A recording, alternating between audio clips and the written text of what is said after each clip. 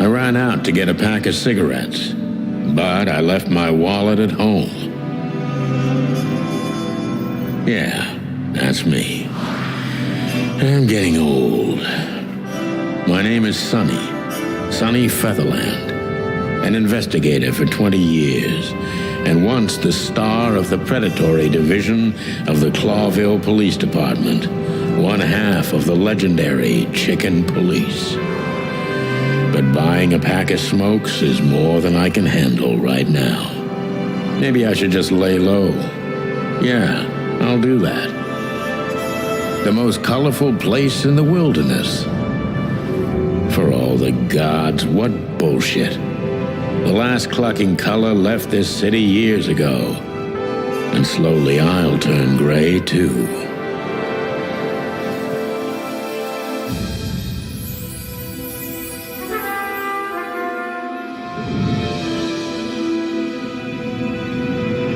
Still, what do I expect? We're living in a vast experiment, and don't even notice that everything got clucked up a long time ago. We believe in this wonderland of peaceful coexistence. Wolves and sheep, chickens and hounds. Yeah, sure, why not? It's just ridiculous. The dog eats the chicken. It's in our nature. I'm not propping up the illusion anymore. 121 days, and it's over. Retirement.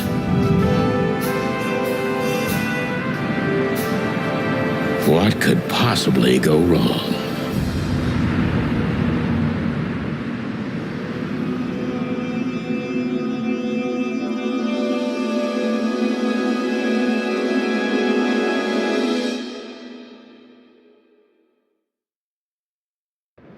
Crap. My office lock is a piece of shit if a dame can pick it. She stood in the darkness.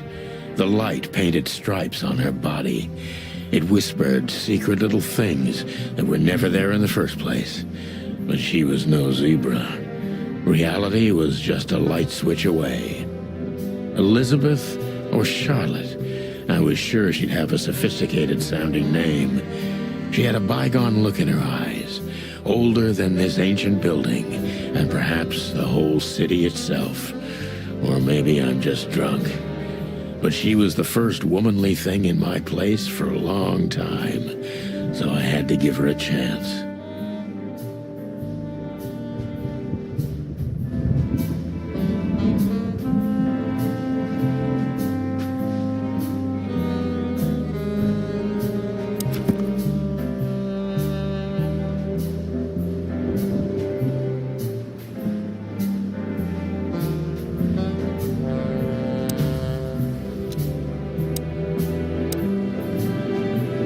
She doesn't seem so dangerous that I need to grab my gun, but you never know.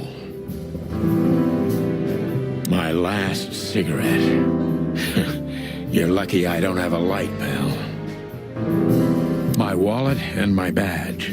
The wallet is real, the badge ain't. Chief Bloodboil took mine, so I got this one out of a pack of cornflakes, just in case.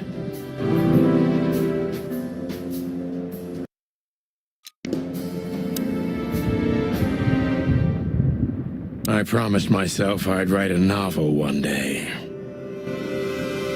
I don't even know what these papers are. Books I'm never gonna read. Maybe nobody ever has.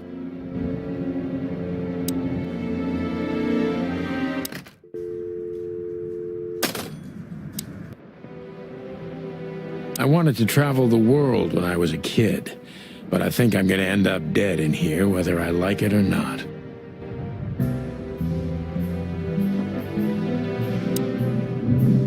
We used to be star cops a few years ago.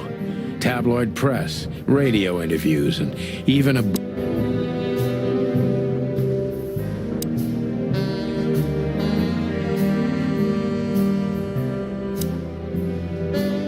I don't even know where the key is. Whatever's inside is gonna stay there forever. Every whiskey has the same color nowadays, at least in this price range.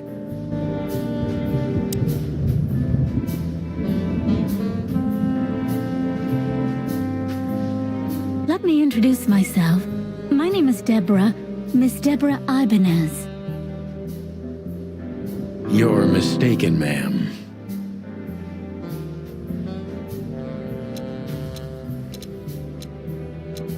Let me introduce myself. My name is Deborah, Miss Deborah Ibanez. You're mistaken, ma'am.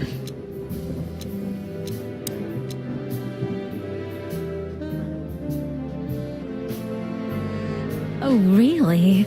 Please enlighten me, Mr. Featherland. I'm not a private eye. I'd recommend Mr. Philmar Lowe instead of me. He's a nice guy. Believe me, Mr. Featherland, it's not an accident I came to you. Look, miss, I work for the police, and I'm currently on leave. I couldn't accept private commissions even if I wanted to. Not even from a classy dame like you. Am I that easy to read? That's my job. But tell me, since you've invited yourself in, would you like a drink? I don't usually drink. Well, I've gotta have one, and it'd be rude of me to drink alone. So, maybe some sherry? If you insist. But bourbon, please. Thank the wild ones. That's all I have. What a coincidence. So come on, spill it from the beginning.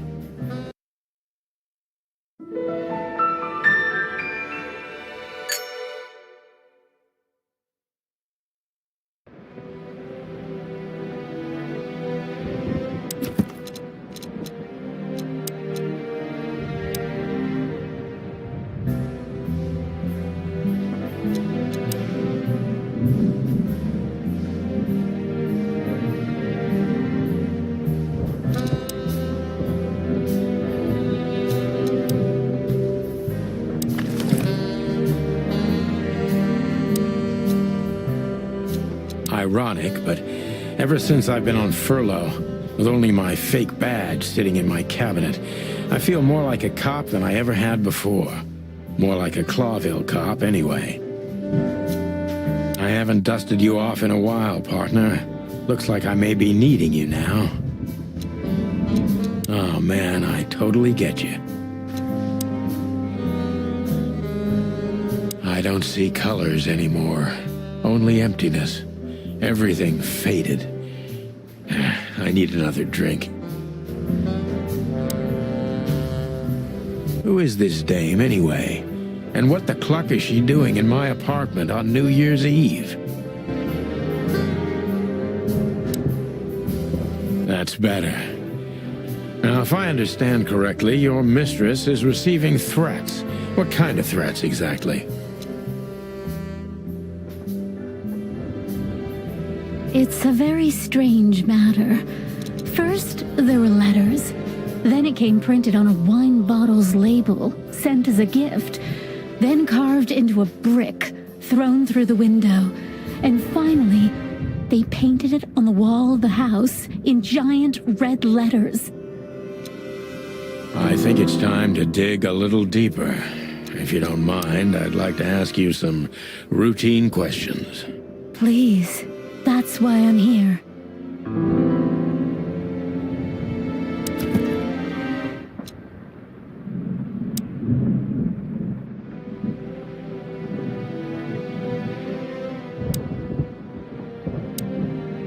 So, this is the part where the interrogation comes, like in those detective movies.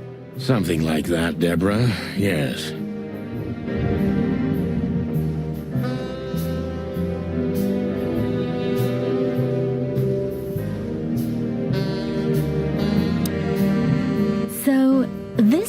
part where the interrogation comes, like in those detective movies. Something like that, Deborah. Yes.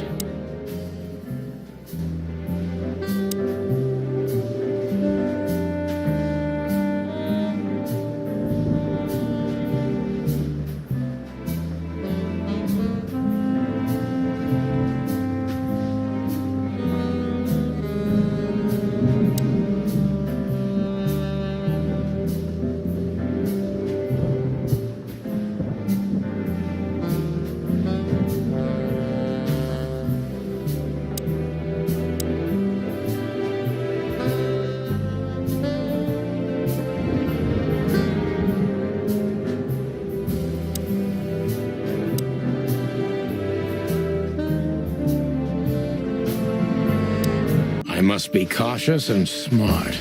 This dame seems shy, which I can use to my advantage. But I must be careful about what I say to her, or I can scare her off. Let's start gently, and when the time comes, we can go in hard. Who exactly are you, ma'am? I'm not somebody important, Mr. Featherland. You're important enough to deal with such a delicate matter, right? I carry out the wishes of my employer, nothing more. This means simple paperwork, most of the time. You've been thrown into deep water, sweetheart. Tell me, can you even swim? Believe me, this is just as unpleasant for me as it is for you, if not even more.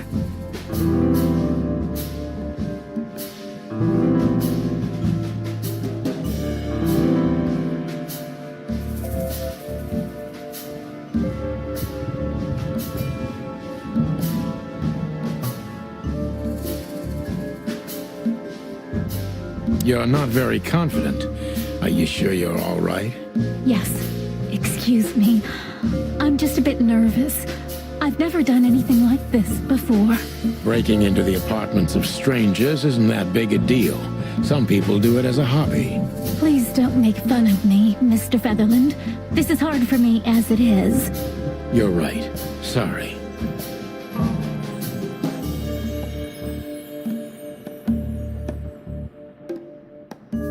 Did you come alone? All by yourself? I took the subway, then the tram, and then I walked. It wasn't easy to find this place, and to be honest, I had to be discreet. Yeah, well, I think I'm starting to get the picture. This is quite unpleasant for me.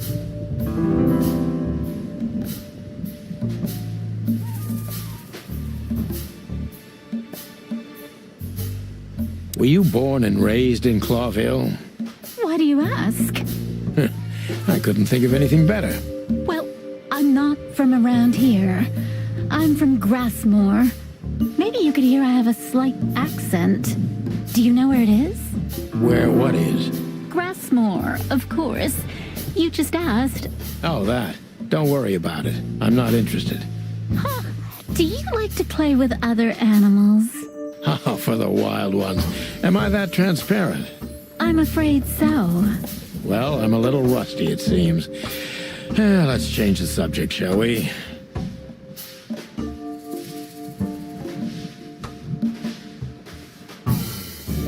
Why did you come to visit me? Why not your employer herself? My employer is Miss Natasha Katsenko. She hasn't been leaving her home lately, only if she really has to. How so? Miss Natasha is afraid. She's scared because of those unwanted messages, and everyone knows who she is. So she's that kind of woman. I don't know what you mean. Of course you do, Deborah. Thank you, by the way. We're finally getting somewhere. We avoided the point long enough. Deborah's hiding something, no question. Let's focus on that.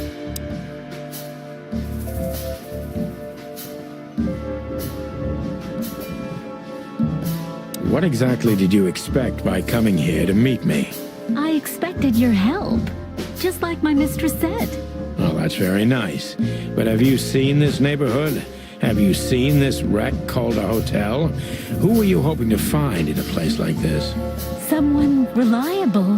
Well, I am reliable. And discreet. That's right. and thorough, No question about that. and has a heart of gold. Okay, let's stop it right there.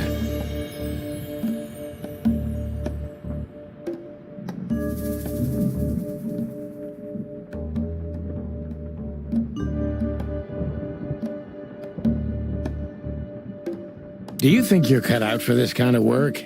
Not in the slightest. Then why all of this? I just can't say no to Natasha. Would she hurt you if you did? No, of course not. She's my friend. I see.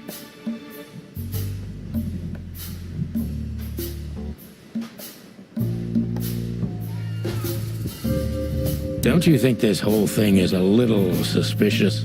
Look, Santino, I'll explain everything. I have no doubt about that. You look just the type, sweetheart. No offense. I'll take that as a compliment. Or maybe I'll act like I haven't heard it. You see, we're starting to understand each other.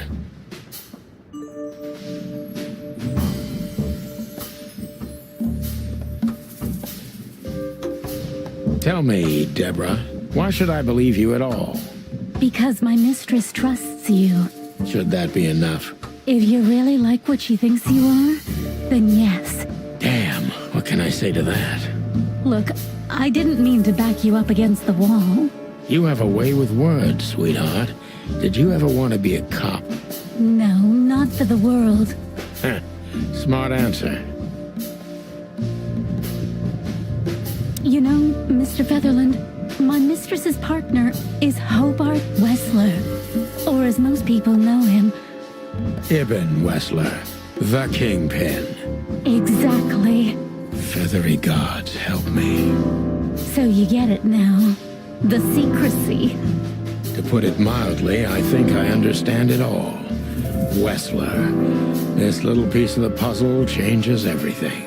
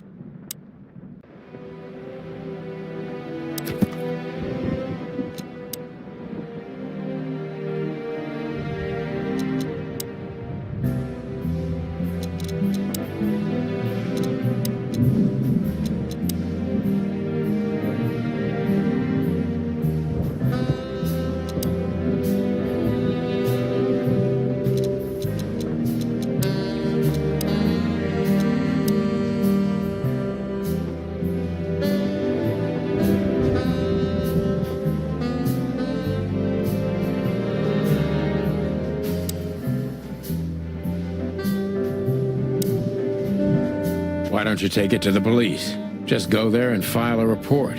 Photos, flashing lights, fingerprints, you know the drill. The evidence is very clear. Even a moderately talented detective could easily wrap this case up. Or just try the phone.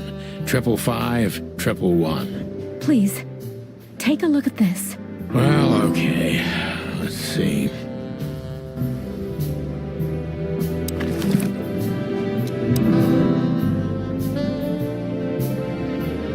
I know Molly very well. Please note this when deciding whether or not to accept my assignment. Miss Ibanez is a trusted friend. Treat her as gentleman. N. I felt like I'd been hit on the back of my head with a blackjack. Reality tilted. Molly. Good gods. What was her name doing there? I glanced at the opposite wall, with the well-worn picture frames, like an eternally dark hole in the wall, a missing piece. She was wearing a light silk dress and singing a lullaby, the waves caressing her beautiful long legs. Why Molly? Why now? Mr. Featherland? Santino, are you all right? What the hell is this supposed to mean? I don't know anything, Mr. Santino. My mistress told me to give this to you. She said you'd understand. Don't you? Oh, of course I understand, Miss Ibanez. I get it very well. But this case is becoming more and more confusing. It's starting to look like blackmail. Blackmail? Don't play innocent with me. But... All right. When can I visit? Visit? Me? Not you. Miss Katsenko. Oh, yes. You can find her at the Tsar Club. Didn't you tell me she's not the social kind? That she's especially unsociable? Or does she only like loud and crowded clubs? No, she's really not like that. But she owns the place. Judging by the flyer, it must be a very busy club, especially on New Year's Eve, right? I'm sure you'll have no trouble finding Miss Katsenko, but there's one small problem, Mr. Featherland. Let me guess. Mr. Wessler better not know about my visit. Exactly. How did you know? 20 years experience, ma'am. Oh, and please, call me Sonny. It was a pleasure to meet you, Sonny. I'll talk about the rest with Ms. Katsenko in person. A good friend of mine would be happy to take you home if you'd like. I'd appreciate that, Sonny.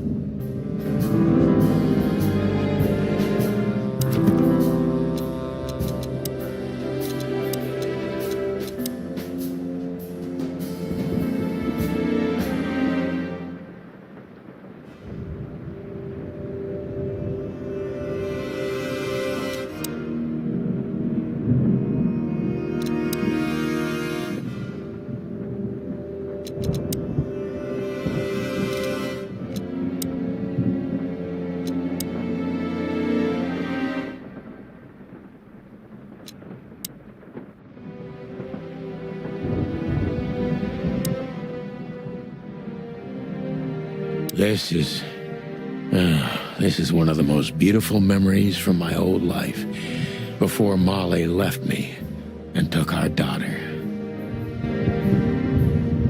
The Wild Gentlemen. Those guys rebuilt the city after the Great Fire of 867. My heroes when I was a little chick.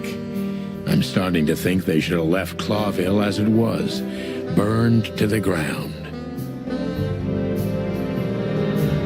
M.B. Davis, the eternal king of jazz. The photo is from the days of jazz prohibition.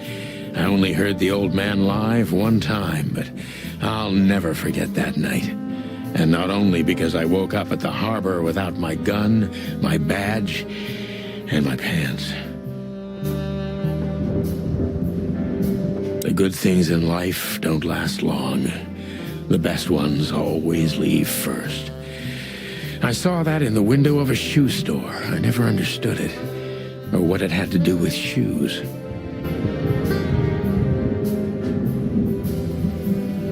God damn, what an embarrassing headline.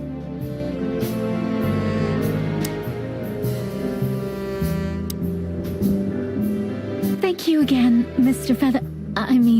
Sonny. Don't mention it, Deborah. I had no other plans for today. Except drink. But tell me, do you have a light? I'm sorry, I don't smoke. Thought so.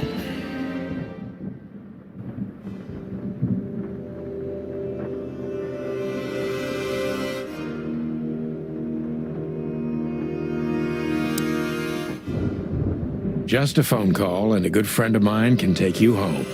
Thank you, Sonny.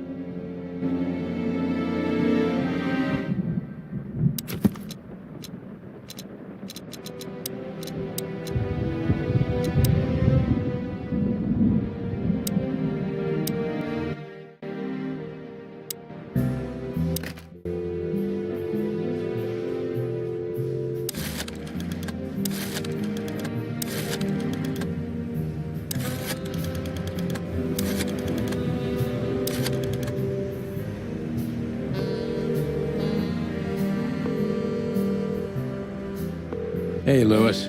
Am I bothering you? No. Of course not, Sonny. Old friend, what's up? Could you come over? I've got a favor to ask if you're not busy. For you, anything. Just a minute. Lewis arrived a few minutes later. He lived in the rooms above, so it wasn't difficult getting here, not to mention that he's a rabbit. It was a quick hop. The Atlas Hotel was his inheritance.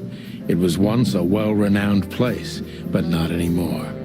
The last economic crisis ruined it, and now, besides me, he was the only resident of this enormous place.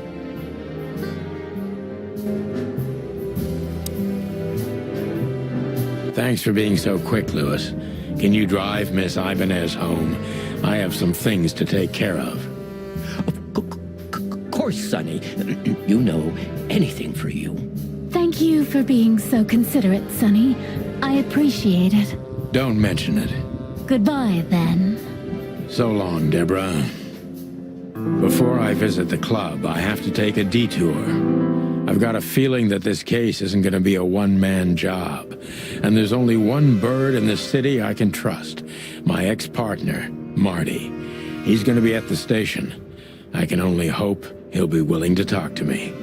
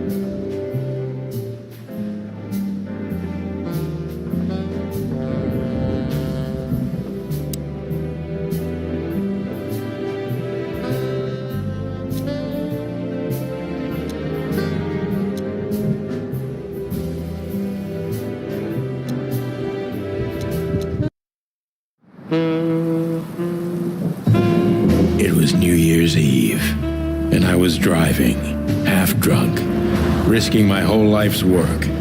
But still, it didn't feel any different. Every day was the same, and the 121 days I had left till my retirement seemed like an eternity. When I look out the window of the hotel room I call home, I see the same thing every day. A woman in a red nightgown dances slowly in circles to smooth music. The 9 o'clock show, with a glass of cheap bourbon and the red gown with the silent music. In the meantime, the proud city of Claudeville is slowly eating itself alive, and we're still here, with nothing left to lose but our sanity, while others, the smart ones, had already gone. Molly. Does her name really upset me this much?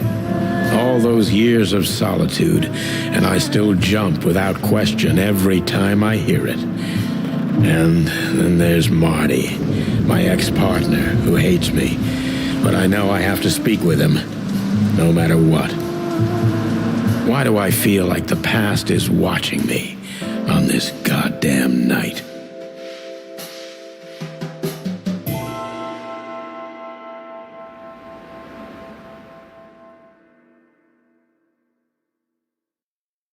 I knew where to find Marty. At the station, we'd always draw straws about holiday duty. Marty never joined in. He always took the New Year's Eve shift, even though he had someone to go home to. I understood. 10 years ago, we survived the night the press called the Bloody New Year. Forgotten by Claudeville, but not by us. We both left parts of ourselves behind that night.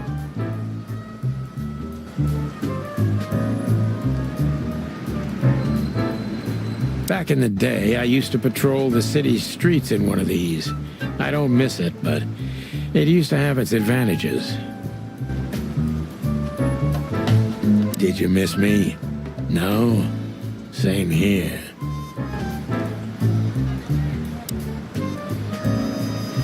Phyllis and Royce. Two hedgehogs with an arrogance typical of novice cops. They're as prickly as they look. Officious little shitheads, but harmless. Well, look at that. Hey, Sonny, what you scratching at over here? I heard the big boss threw you out. Tough luck, boys. I may not be on duty, but I'm still a cop, just like you. Well, more than you.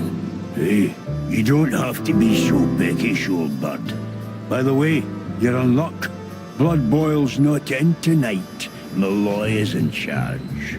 Oh, gods. That clumsy buffalo is here tonight. If he doesn't end up in a cell again, he's lucky. You got it. You looking for Marty, eh? I see you're still the brains around here, Phyllis. Yeah, I'm looking for Marty. Birds of a feather flock together. I see you're still the funny guy around here. You'll find the giant feather duster at the shooting range. As always. Hey, Royce, I'm telling you this because maybe you'll be able to understand. If this prickly shithead makes another racist remark, I'll strangle him with his own raincoat. I'd love to see that. Hey, whose side are you on, you jerk?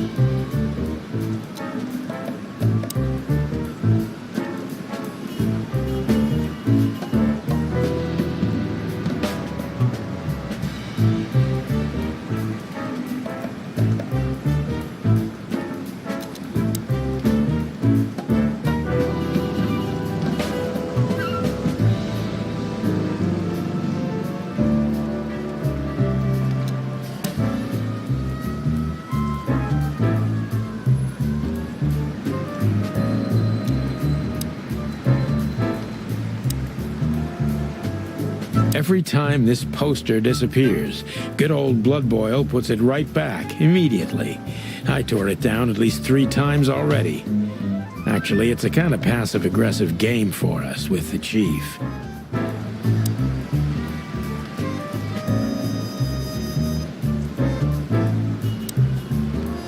This happened when that old bloodhound, Blood Boil, was promoted to chief of police.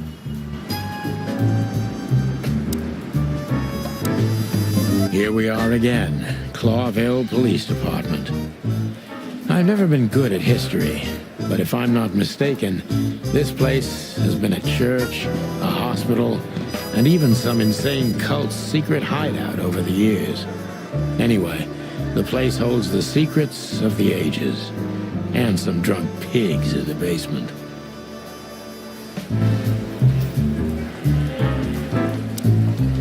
Hey, Monica. Hey, Boss Bird. What are you doing here? Shouldn't you be celebrating somewhere? Every day's a holiday since I got out of here. I can tell. But what are you doing here? Are you here for a file? You know, I'm a little busy right now. Yeah, you could look after a few things for me, but first I'd like to talk to Mr. Big Beak McChicken himself. Those 2 prickly assholes told me he's emptying the magazines in the hole. Like always. And if he carries on like that, he's gonna use up all our ammo. So it would be nice if you drag him out of there. You know how this day is for him. For him? You know I didn't mean it like that. Yeah, I know. Okay, so just sign here and you're good to go. Thank you, darling. Don't mention it, Boss Bird. Marty drinks this shit. I've never tried it, but I'm pretty sure it's gross. And and probably toxic.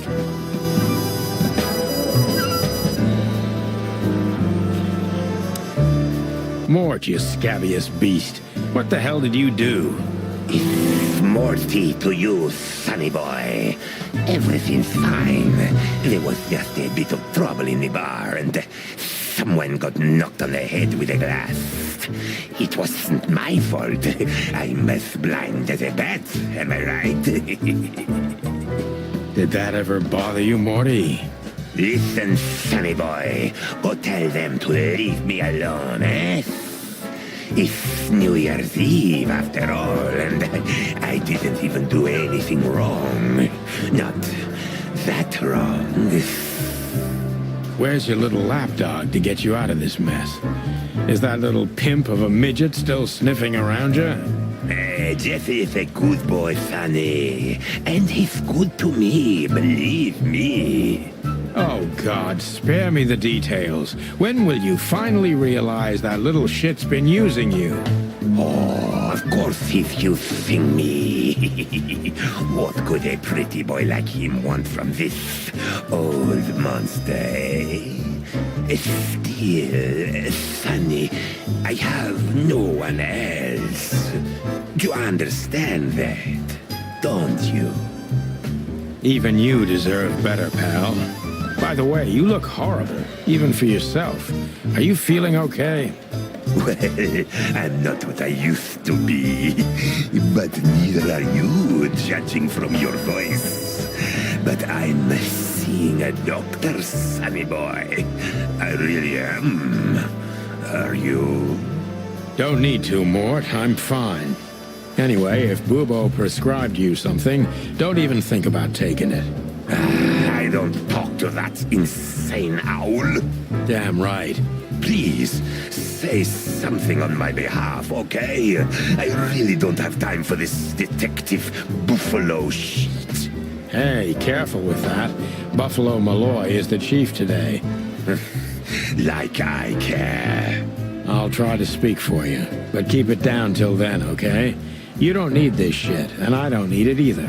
Sonny boy, you've always been a good friend. More like a clucking pigeon.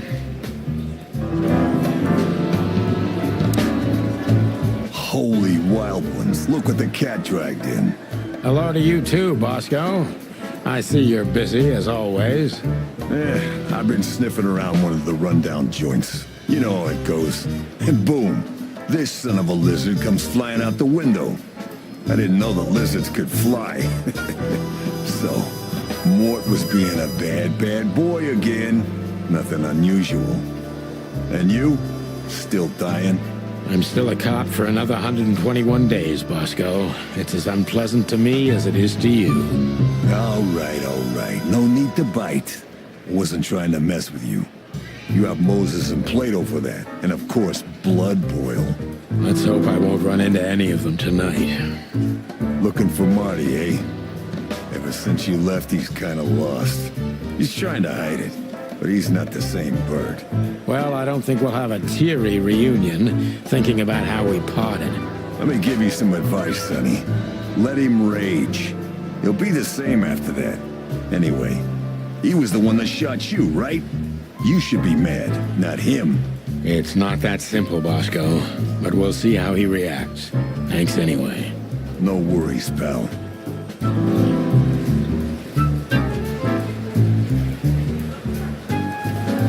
One of Blood Boil's favorites, mainly because he's a dog, of course. Officer Jardine. They say she's clever, smart, and dangerous. We need more of her kind in here.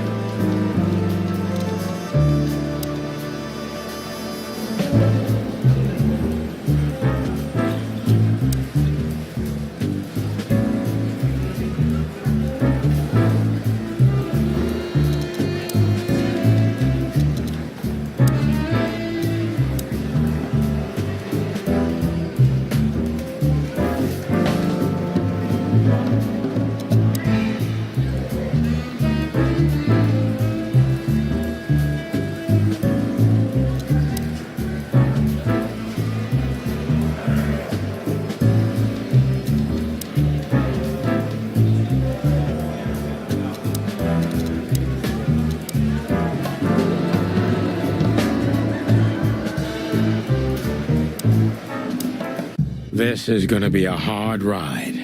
Last time we saw each other, he had a smoking gun in his hand, and I was bleeding. I don't know how we can get past that, but it's worth a try.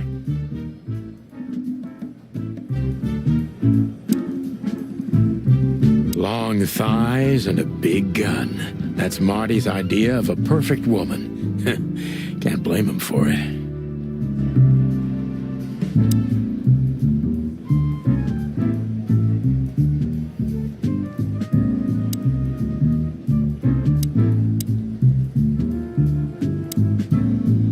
I know her well. Marty calls her Susie, and I have to say, this little she-devil pulled us out of many tough situations over the years. Claudia, tiny, dark, and angry, and hits you where it hurts the most. I believe this piece is forbidden. Cops can't use it, but this is Marty's personal collection, so it doesn't matter. At least nobody has ever complained. Her Majesty Big Bertha. Or rather, Big Bertha 2, because there was one before her, a sawed-off little broad, but we lost her in a swamp. Marty cried for a week. But once he saw this giant lady here, the balance of the universe was restored.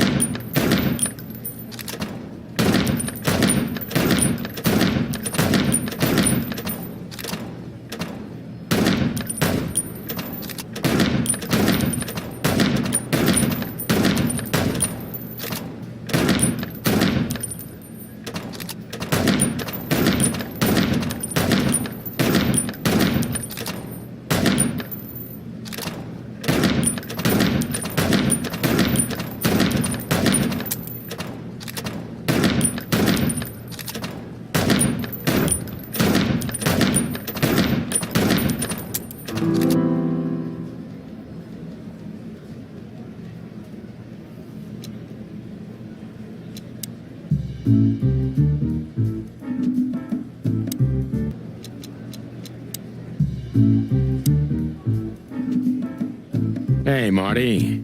Oh, well, look who's here. Hello, Boss Bird. What, are you lost? This is the PD building, you know? Cut the shit, Marty. We're better than this. Well, at least you are. Better than anyone, huh? Marty, come on, let's forget that. What's past is past. Easy for you to say, Sonny. Damn it, Marty, you shot me, remember? I almost bled to death. Hell yeah, I remember. Unfortunately, my aim wasn't good enough. I need your help, okay? That's what you want to hear. Well, it's a start. Okay, I've said it. I won't do it again. Yeah, right.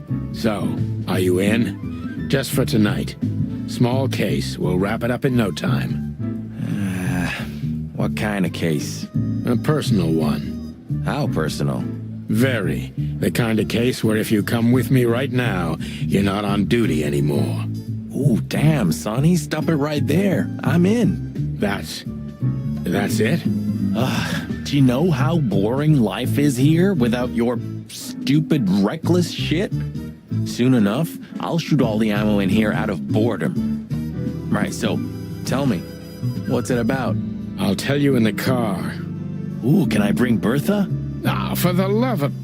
Marty, this is a routine case. You can't bring your shotgun, okay? Bertha stays.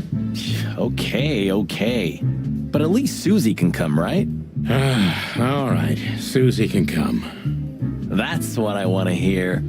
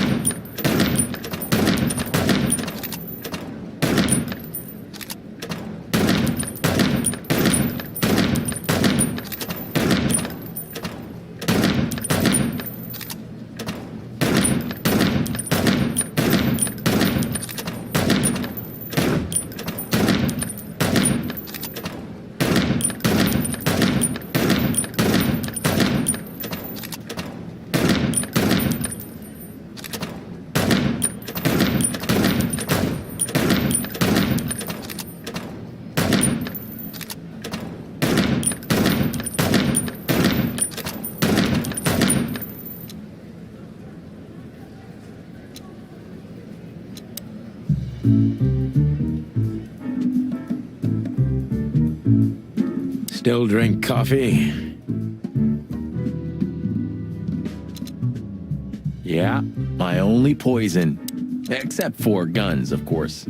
And women. We could visit our old haunt. What do you think? Oh, a nice cup of Zips coffee and the hop dog. I'm in. Oh, and maybe we'll get into a little fight too, huh? If it comes to that, I'm leaving you without a blink. Oh yeah, like last time? Those were different times, Marty, with a different Sonny. Well, all right. To the city then. You don't have to come with me, you know. Okay, I know. Let's go. Sonny, there's a little problem. Not so little, and it smells, too. What the furry hell is Blood Boil doing here? Well, it seems we can't avoid speaking to him. Oh, yes, we can. You have your rifle with you, right? What? Just kidding. Sort of.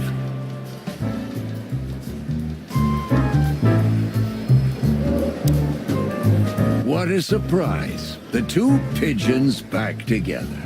And without my permission, of course.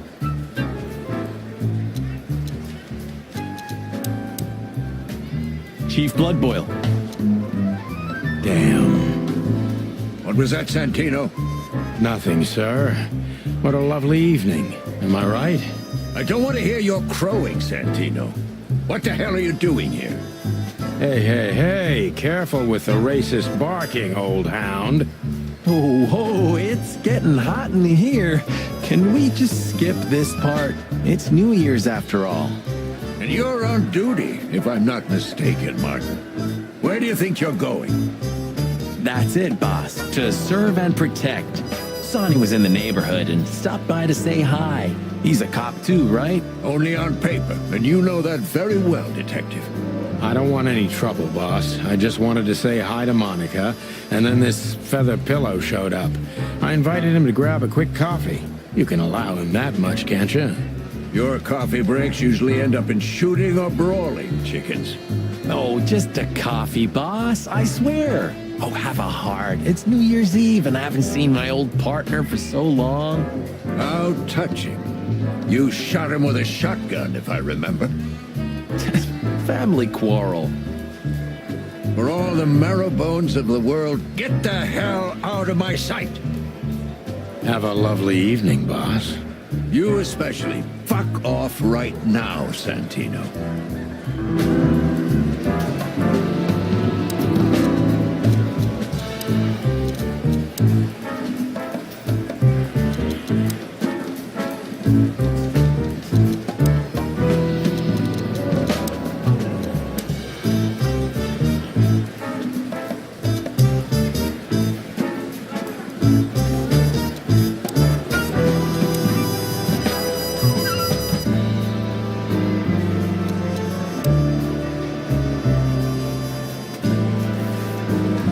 Do you still drink that garbage?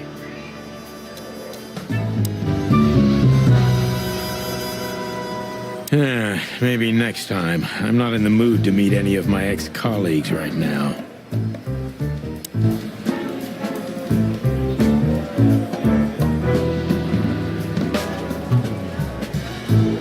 We can't avoid speaking with the chief first. And we're leaving, sweetheart. We're leaving, sweetheart. Stay safe, boys. I'm glad to see you two together again. I'm afraid you're alone with that.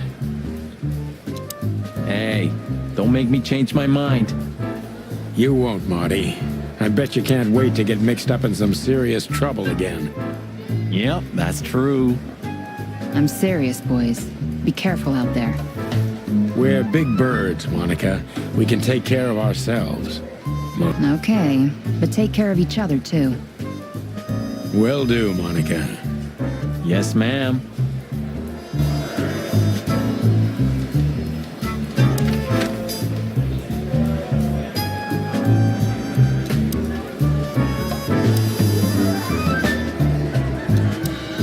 The hop dog was like the last warning. You can still turn back. My eyes lingered on the sign. An enormous dog, like a neon god with limitless power over cheap hot dogs, plastic hamburgers, and watered-down coffee.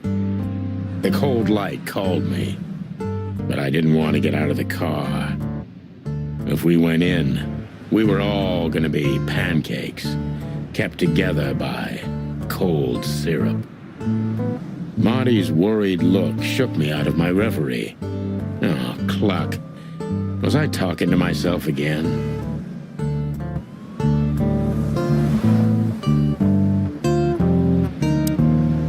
Hey, pal. Can you hear me?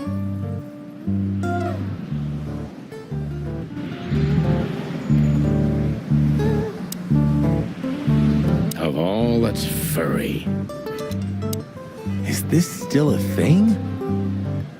The situation's getting even worse, Marty. Have you heard how the young mothers of the Cobbler District are forced to make a living? I have no idea what goes on in the hive, Sonny. I don't think I want to know. But prostitution is the lesser evil. What's worse is that some folks have to sell their kids when they're still larvae. Wait, what? Why? They pay a hefty sum for each of them downtown. They sell them as gourmet food in the most expensive restaurants. Oh, I'm gonna be sick. We made this city, Marty. Claudeville didn't do this to itself. Don't ever forget that.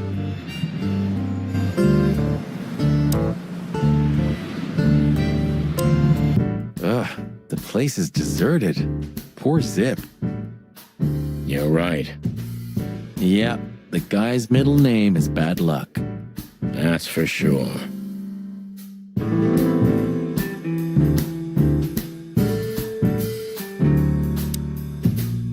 What insight? Well, that's a good question, pal.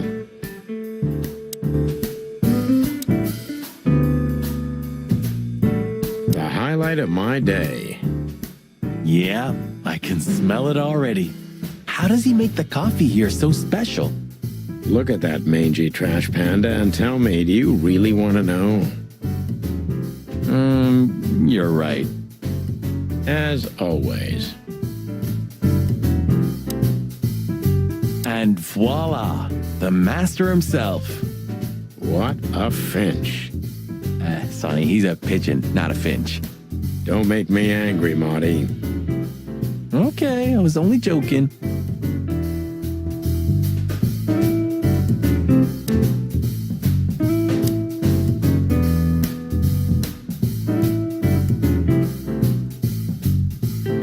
You still don't eat meat, old man? I'm a rooster, a chicken. Why the hell would I eat meat? I don't mean real meat. I'm not a lunatic. But a meat substitute? There's about 10 different kinds. Have you never tried any of them?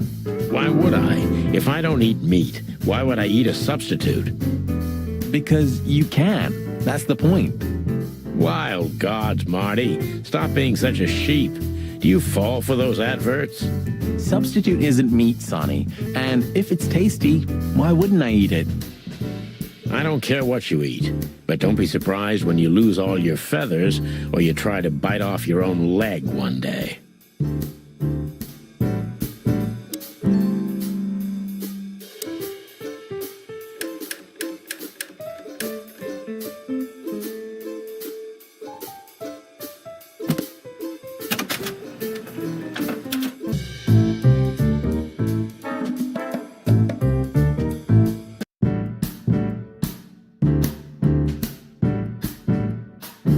The door didn't look like this last time. Yeah, because last time you tore it out and beat that baboon with it. Oh yeah, I remember now. So that's why Zip remodeled the whole place. He had to. We didn't leave much of it standing. If I didn't know how nice we are, I'd almost hate ourselves. Welcome to the club, partner. Hello, boys. Now, get the hell out of here while I'm asking nicely. Hey, is that how you greet two old friends? Hey, I'm not joking, Sonny. I got a shotgun under the bar. No, you don't, because if you had, we'd arrest you here and now. If there's still life in you when you're full of buckshot. Ah, it's going well so far. We're just here for a coffee, Zip, okay? Like old times. Nothing's like old times. Haven't you noticed? Yeah, as a matter of fact, it's quite noticeable. Shit. All right. And where'd you blow in from? We haven't been anywhere yet, but we're going somewhere. Everybody's going somewhere, right? Tell me, how much do you know, Zip? That depends. How deep is it? Bottom of the well kind. Goes down around Ibn Wessler. Holy hell! Wessler? You've dipped your wings in deep shit, boys. If you've got anything on him, don't keep it to yourself. We'd be grateful. Grateful. Maybe you're not gonna trash my joint this time, eh? You know, Ibn's acting strange nowadays. He always believed that if you want something done, you do it yourself. That's how it was for years anyway. And? But now, he left his real estate, the fish racing clubs, the casinos, and the bars to his right-hand man, Mongrel Mick. And ever since, he's been kinda weird. Bottomed out, brooding in the seediest joints of the city. Nobody ever knew him to be like this. Weird, huh? Yeah, weird. Do you think it's about a lady? It's always about a lady. Well, there is a woman. I knew it. But not like you think. Is this gonna cost much? Only a favor, like the good old days. Okay, I'm in.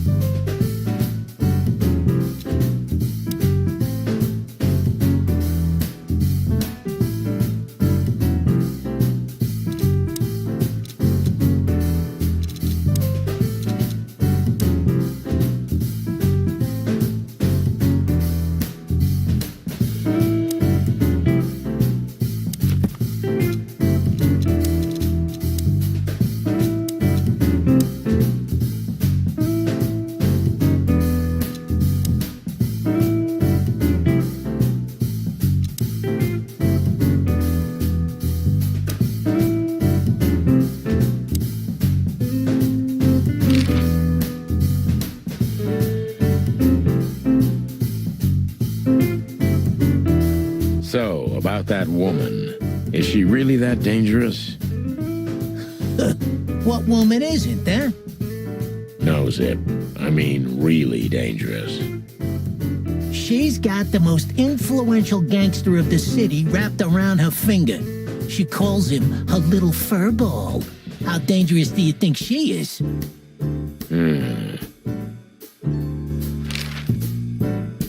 Have you ever been to that place?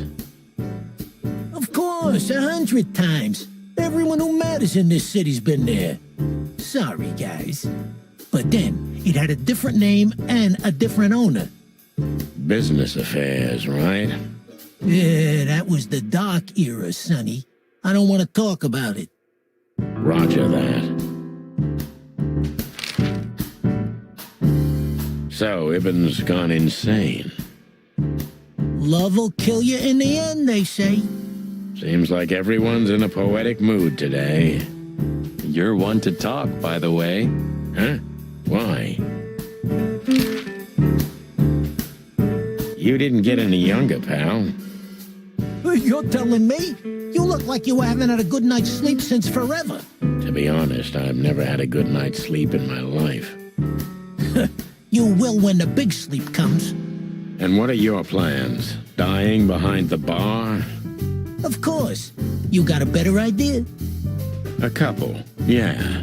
But somehow this suits you. You know what? Your mother's a goat. Gotta say, you've revamped the joint pretty well. After you trashed it, I had to. Look, I'm sorry, Zip.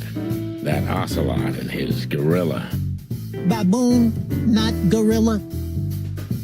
Whatever. Sonny, what's your beak? So you owe me one until about the end of time. But I'd settle for you washing up here for a few years after retirement, Sonny. Mind your tongue, furball. Ha!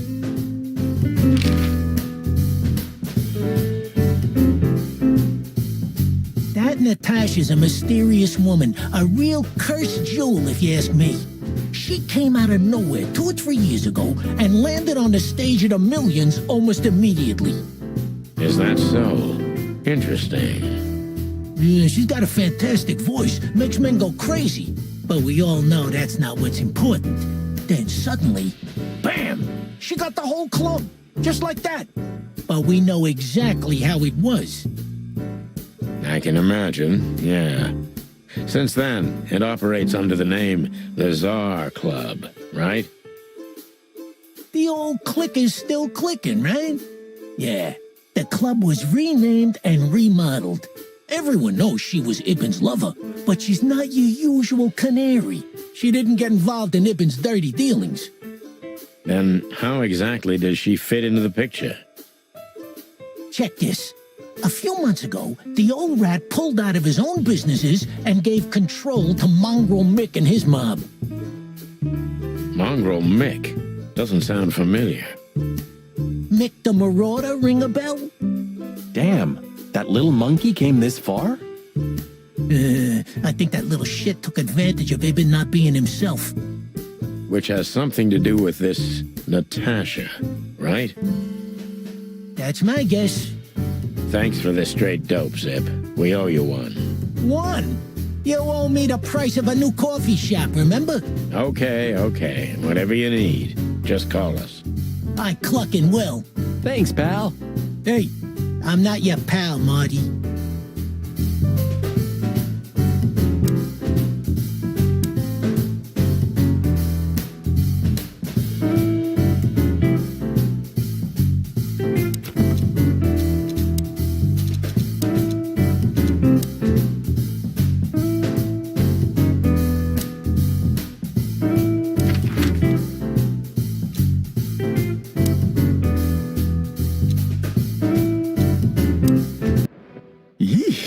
Condolences, pal. I see your cleaning lady died. Yeah, she set foot in the bedroom once. I haven't seen her since. I didn't dare to go after her. Oh, I wouldn't want to go in there either. But what's that smell? Cigarettes and whiskey. Yeah, with a hint of dirty laundry, but no. This is lavender? That. No, that's got to be the Ibanez dame. You know, the broad who gave me the letter. And the... Pretty, huh? I can smell it. She's an exotic, too. An impala, maybe? Furry hell. That's why Chief Inspector Bloodboil hates you so much. He's jealous because your nose is better than a clucking bloodhound. The bitter old dog. He just hates all foul. Yeah, true. Except for Monica. Monica's a fairy, not a bird. So, what now? Well, let's gather my stuff and head to the club. We gotta find out who this Natasha is and what she wants from us. I mean, what she really wants. After you, Boss Bird. I wouldn't like to touch anything in here anyway. If it's okay, I'll just stand around and stare out the window? Sure, just do it quietly.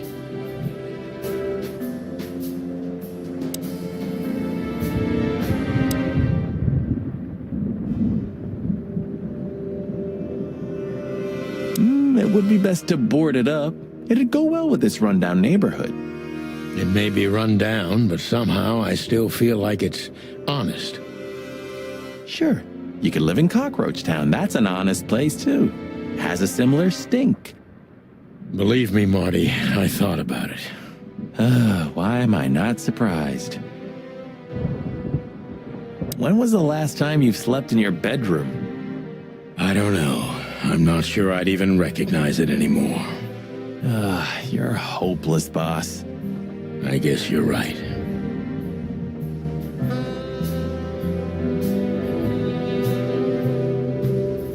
Just a bunch of useless crap in there.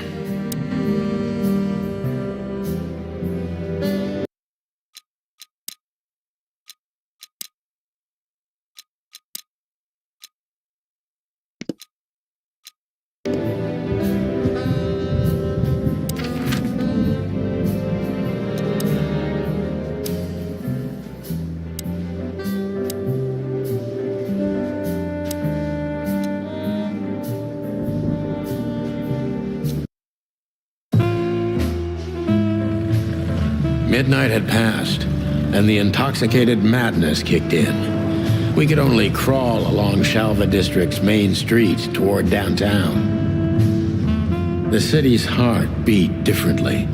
Ancient buildings were defaced by neon signs and billboards, like half-drunk lovers on a fine leather sofa. Great old houses neighbored by garish modern blocks. A place that makes the head hurt. The Tsar's huge neon sign was visible for miles. A blazing red sign advertised tonight's main attraction, the amazing Natasha. Cops were never welcomed at places like this. I hoped we were too late for the show. We had to be inconspicuous, but it was never easy with this bird mountain by my side.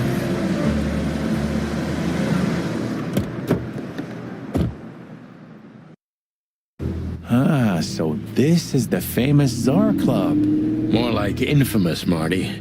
It's not for our kind, that's for sure. And I don't mean that they don't like foul here. Well, at least we don't have to be afraid that they see you as a detective, Boss Bird. Very funny, Marty. So what are we gonna do now? We find Natasha, the broad who sent me the message, remember? But first we need to get into the club. And Marty, please, don't monkey this up. Excuse me? On behalf of the well-respected and noble primate community of Claudeville? Cut the crap, Marty. Let's focus on what we're here for, okay? As you say, Boss Bird.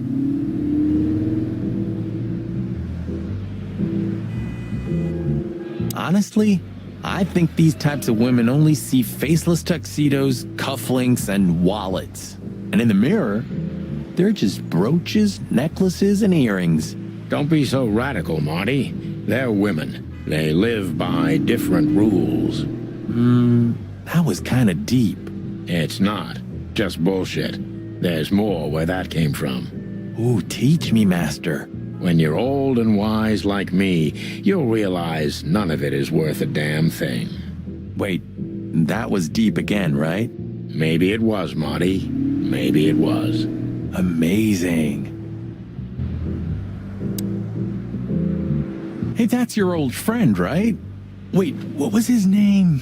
Lawrence? Lamar? No, Liam. Lewis. Yes, it's him. To be honest, Sonny, I always thought that guy's not all there in the head. Nobody's perfectly sane in Clawville, Marty. But if not for this old rabbit, I wouldn't be here today. I'll never forget that. Should I thank him for that? Or kill him for it. You're reading my mind, boss. Whoa, look at that. Isn't that the new... It is, Marty. A brand new 942 Silver Hawk. Haven't seen such beauty since I left Averia. Of all that's furry, whose is it? Maybe it's Ibn Wessler's. I guess he's no paper tiger. Yeah, he sounds like a fellow who drives around in one of these.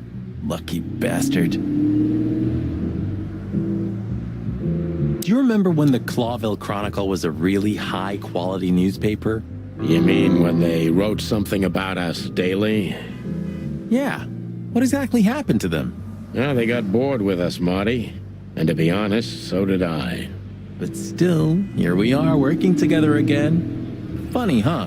Yeah, hilarious.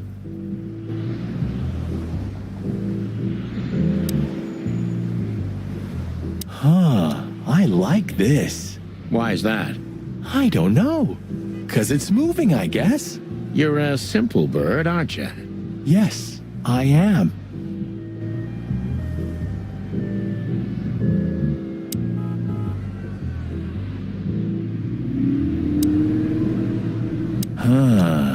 You know, seeing this, I can't wait for the show. The girls? New Year's Eve's once a year, right? And we're not on duty. Have I asked how Laura's doing? Whoa, hey, I was just kidding, okay? My relationship with Laura is unwavering, like the rhino beauty on this picture. Interesting taste you've got. Feathers, scales, or dermal armor, a lady's a lady, my friend. Thank the wild gods for self-sacrificing gentlemen like you.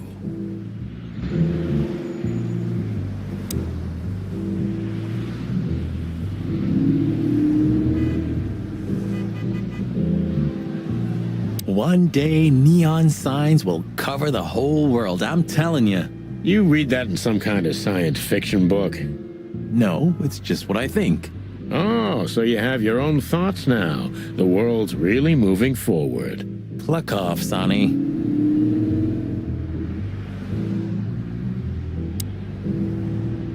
Howdy, pal. Gentlemen, how can I help you on this wonderful, chilly night? We're expected in the VIP lounge.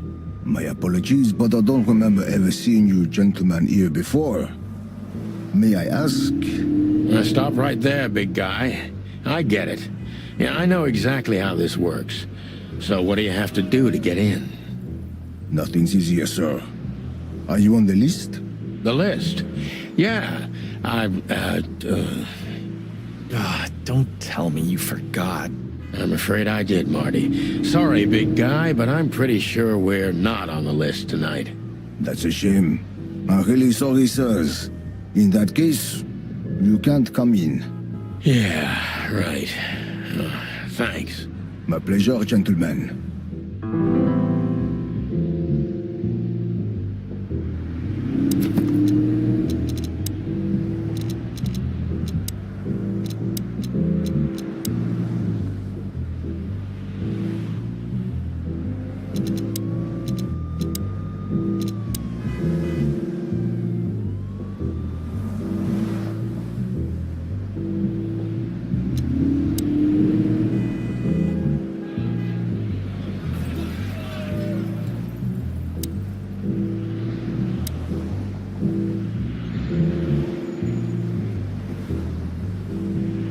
What can you tell me about the first lady of the place, big guy?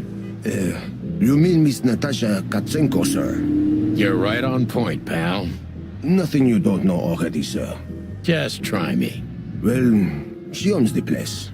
And, that's it? Well, that's, unbelievable.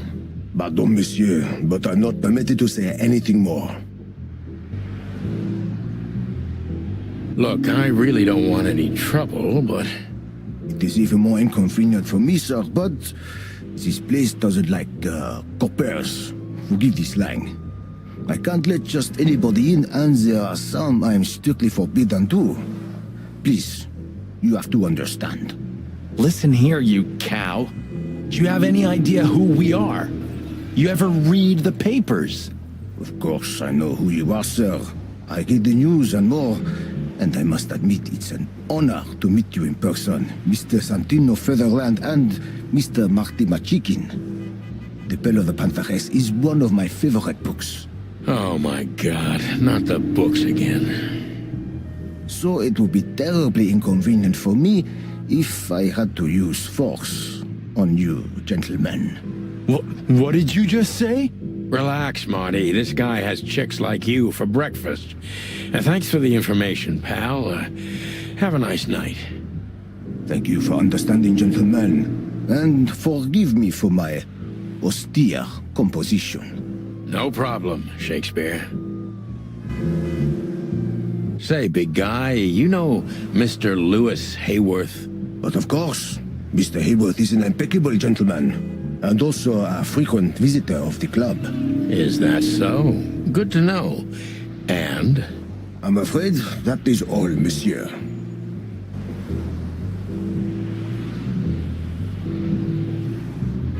Just one more thing. This list of yours, where should we sign up again? I'm afraid if you don't know, it's not my place to tell you, sir. Excusez-moi, the regulations, you know. You hear that, Sonny? I do, Marty. I do. I'm gonna lose my crest from this guy. Just wait. Just don't get too excited, Marty. Not tonight. Anyway, thanks, pal.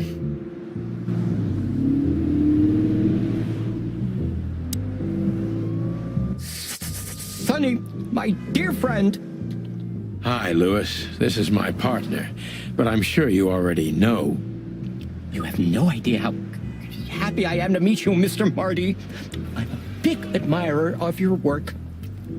Pleasure's all mine, Lawrence. Lawrence? Anyways, so, the legendary Chicken Police back together? Isn't it amazing news?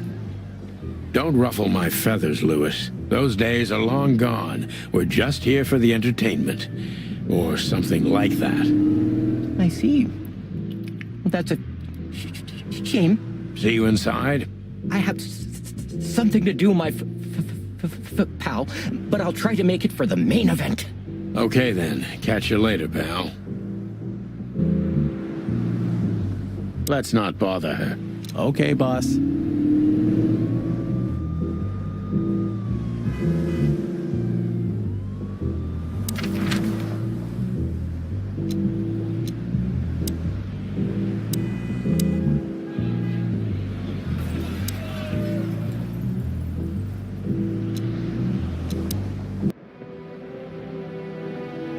My wife took all the good ones. She knew they'd only gathered dust here, and she was right.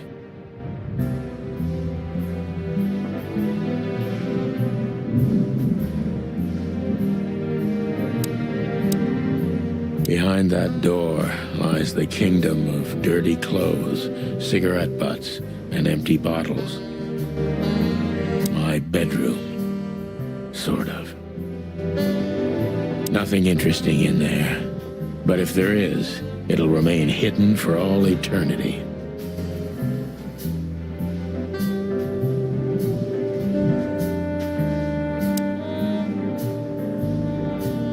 When was the last time I was here?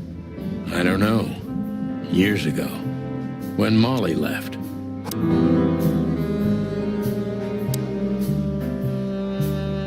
Have you been there before? Never. You know, it's not my style. It's too fancy for me. I'm more like the smoky, smelly, ramshackle little joint type. Yeah, same here. But we're not gonna mingle like this, right? We're not searching for a tailor on New Year's Eve, okay? We'll go as we are. That'll be exciting. Let's just stay out of trouble, okay? What trouble? That's the spirit. So she just turned up with a message and this flyer, and you fell for it? Maybe I was bored. Or maybe there's more to this thing than meets the eye. Yeah, there's always more. Maybe I just wanted to meet you for old time's sake. That's not funny. I've never had a good sense of humor. You know that better than anyone. That's for sure. So the Tsar Club, huh? My city's on fire. Sounds good. But that's all? It's kind of weak for a clue. It's not a clue. It's just a guide. By the way, it's New Year's Eve. We deserve some fun, right?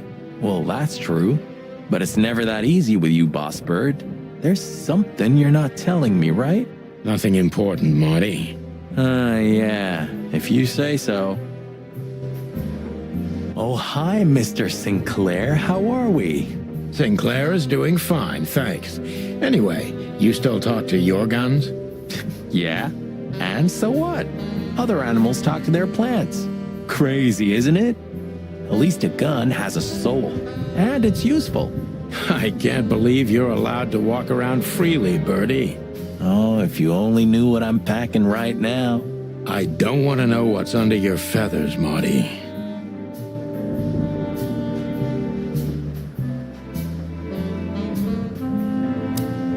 So, am I staring quietly enough? Well, the floor's creaking a bit when you shift your weight, so, You're an asshole.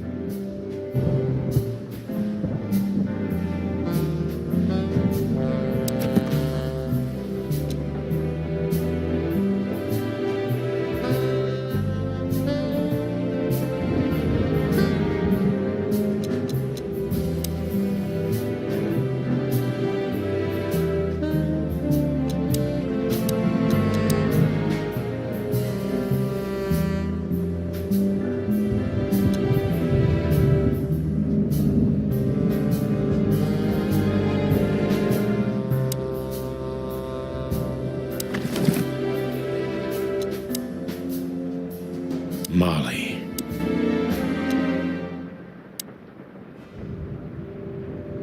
Have you started on your great novel yet? I've already started working on my will, but I realize I'd have to leave everything to you, so cluck that. Huh, pity. I've always wanted a chicken coop smelling like old socks and bourbon. You'll have to earn it first, Marty.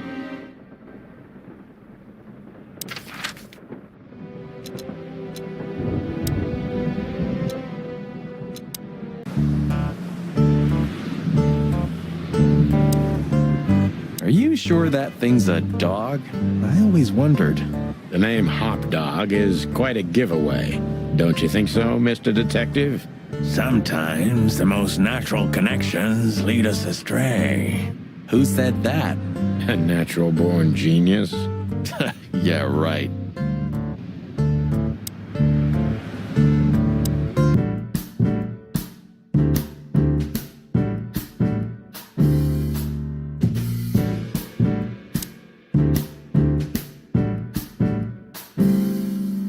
You sure talk a lot. Maybe the past is haunting me. Once a rat, always a rat, right? Oh, come on, Zippy. Don't be so hard on yourself. You got out in time, and you've been living an honest, ordinary life since then, haven't you? Yeah, right. How lucky am I, eh? It's more than what many others get, believe me. What's that smell? You know, I don't want to know.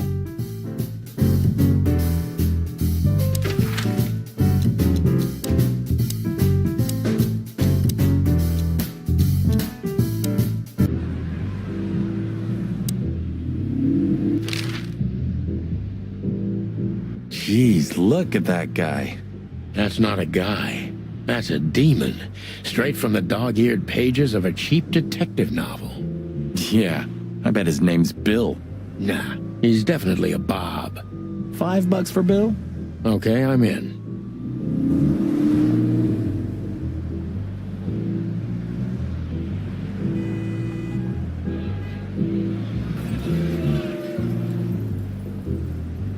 That fella's built like a brick shithouse. I don't think we'll be able to just sneak past him. Wanna bet? Not today, Marty. Remember, we must avoid suspicion. Okay. No trouble. I get it. It's okay, Bertha. Maybe next time. What was that? Nothing. Just the wind. Did you bring Big Bertha with you? Gods, no. What are you thinking? What idiot would bring a shotgun to a club? Was that a rhetorical question? Look, Lewis, that bouncer over there. Well, yes. He is a bit intimidating, but his manners are impeccable. Am I right? Yes, indeed, but it seems tonight we're not on his list. Oh, I see. Oh, I get it. You'd like to go in, but he won't let you. Yeah, something like that. No problem at all. Come with me. I'll talk to him. Much obliged, pal. Yeah, thanks, Bunny. Excuse me. Ah, jeez, what the hell's wrong with you, Marty? What? Did I say something wrong?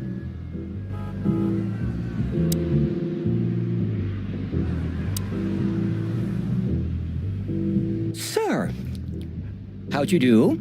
Everything's fine, Mr. Aworth. Good. Look, this noble pair of pigeons are my friends. They're on the list, okay? L'archulamont, sir. And as for you, you owe me one, gentlemen. Thanks, old pal. It was my pleasure to help you, as always. The jazz overwhelmed us. There was no band in sight, yet the music seeped from the walls like years of cigarette smoke and the smell of spilt whiskey. Behind the bar, rows of fancy bottles reflected the harmonious voices of pretty dames and the clinking of crystal glass. It was the kind of place that makes you drunk, even if you've never had a sip. A dangerous place for someone like me. No matter how alien I felt, it was strangely like coming home. Welcome to the Tsar. Well, here we are. Mother of... I take you to the nicest places, eh, sweetheart? Oh, does it mean you're buying, honey? Don't even think about it. Ah, men these days. So, we're here to find a dame called Natasha. I have a hunch she won't be hard to find. Let's mingle and try to avoid suspicion. Just like always. No, Marty, not like always. This time it's for real.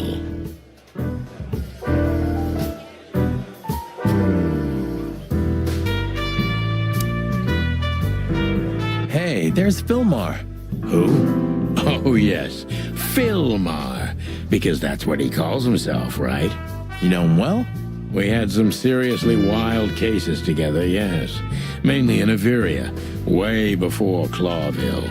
Another place and another life. Sounds good. Like the blurb of some cheap pulp fiction book.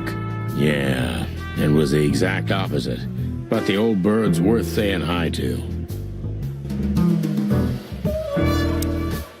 Well, well, if it isn't the great detective, Marlowe. Blow me, Sonny. You know I don't use that name anymore. Okay, Mr. Dumbass alias Filmar Lowe. So says someone who tried to go undercover with a feather pillow mafia is a turkey. Right, Mr. Turk Cayman?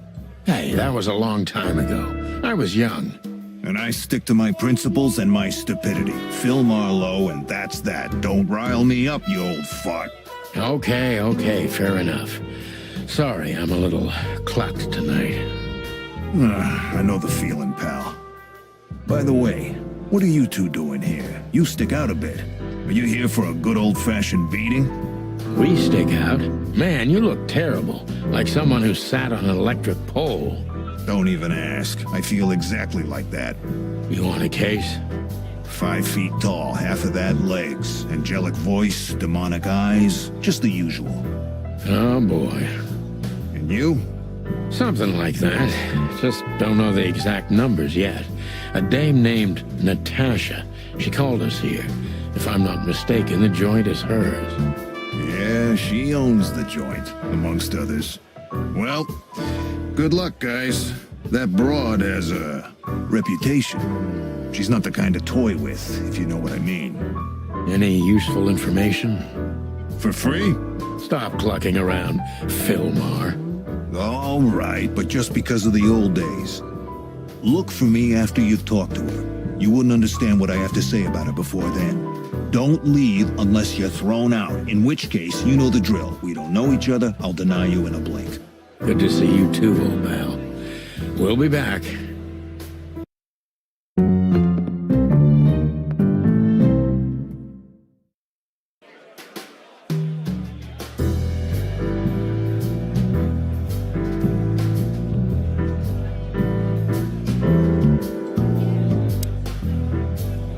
Woman with Ibn. I think I know her from somewhere. Maybe in your dreams, pal.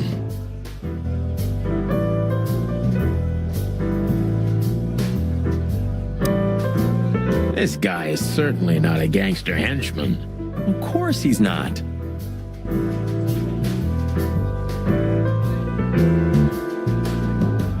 A fox is a wolf who sends flowers. What? Oh, nothing. I read it somewhere. Fascinating. I didn't know you could read. Ha ha ha, very funny.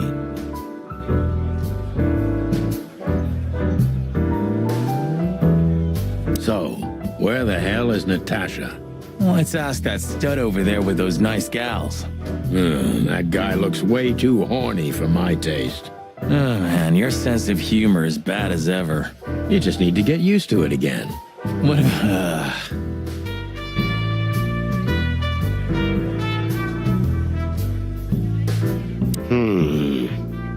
Look, Sonny, I know it's not my place, but Laura's father went to that guy when his, problems had gone too far. You're treading on thin ice, Marty. No, I just... Look, fellas at the station are talking, All kinds of things. Moses, Plato, Bosco, and the others. Talking, eh? About what? About why Blood Boil took my badge? About what an untrustworthy alcoholic wreck I am? Look, I'm sorry, it doesn't matter. Good, and let it stay that way. At least we're cracking this one together, yeah? Sure, Marty.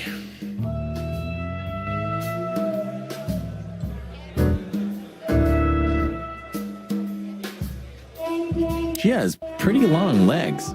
I mean, pretty and long legs for a squirrel, but I don't want to be prejudiced. We're not here to stare at pretty squirrels. We're here to investigate, remember?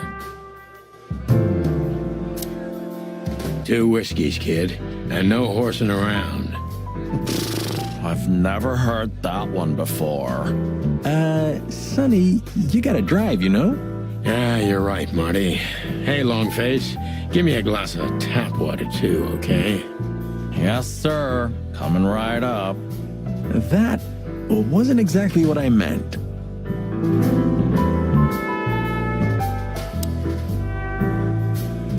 Tell me, Hey Breath, have you seen Natasha tonight?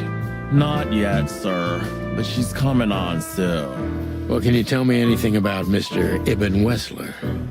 Sir, I don't want to. What about, let's see, $5 maybe? But, sir, you haven't even paid for your drinks yet.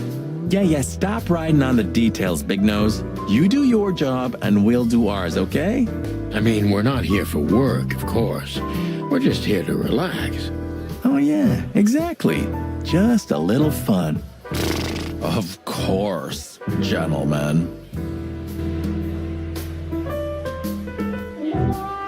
Gentlemen, your drinks. Yeah, sorry, but we have to run. Thanks anyway, Bojack. Ugh, my name is not Bojack. I tip you, pal, but I don't have any change, so... Sure, sir. The Tsar welcomes you back anytime. Sounds good, Bojack.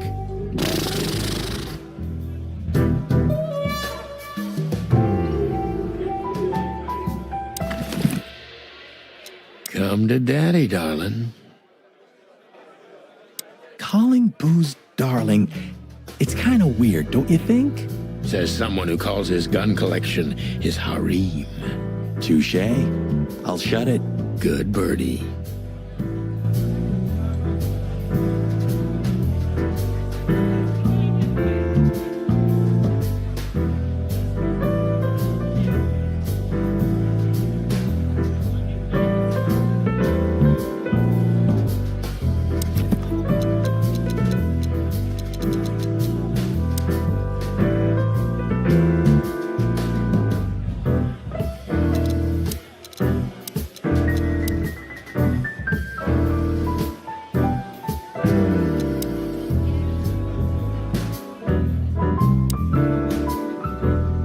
That girl is looking at me. She's just looking at anyone whose glass is empty, Marty. That's all. No, Sonny. She was staring at me, like, hard. I saw it. Marty, you're imagining things. Oh, wait a second. You see that, right? She's looking right at us with those big, black, weird squirrel eyes. Okay, Marty, don't panic. Just look elsewhere and walk away slowly. Creepy little squirrel girl.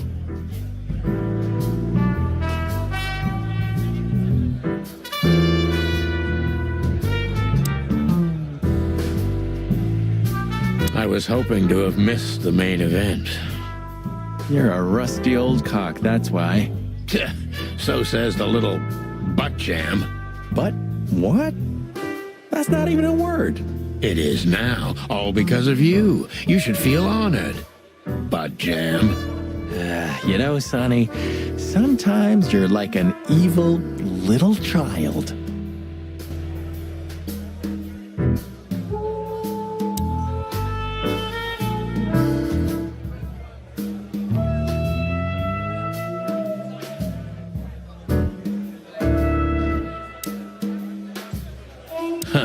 Another Lupus movie.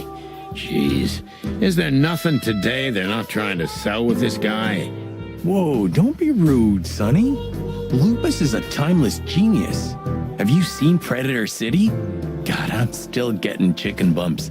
But wait, who's that next to him? Cassandra Ruby Faye. Nah, never heard of her. Cassandra Ruby Faye. Oh, gods, even her name makes me go weak in the knees. Watch your blood pressure, pal. Don't mind me, just women and guns are my only weakness. No shit.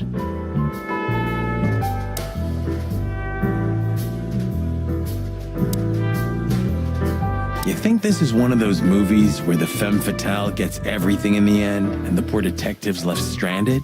Yep, just like life.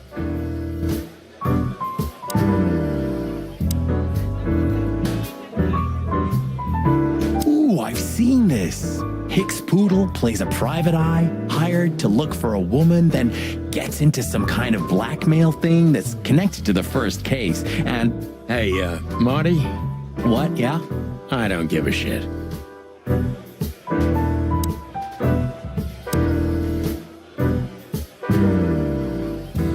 Oh, I know this fodder guy. He was kinda good in Death of the Horse. You've seen every clucking movie. You know, Laura and I go to the movies a lot. When was the last time you went? Exactly 12 years ago. Oh, you remember that precisely? Let me guess. Molly? Yep, our very first date. I see. What did you watch? I don't remember. I just remember her. And nothing else. You're a clucking poet. I mean it.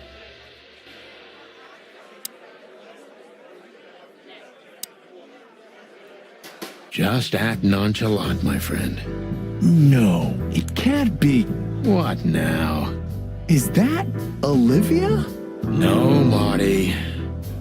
Hey, Olivia. Are you talking to me?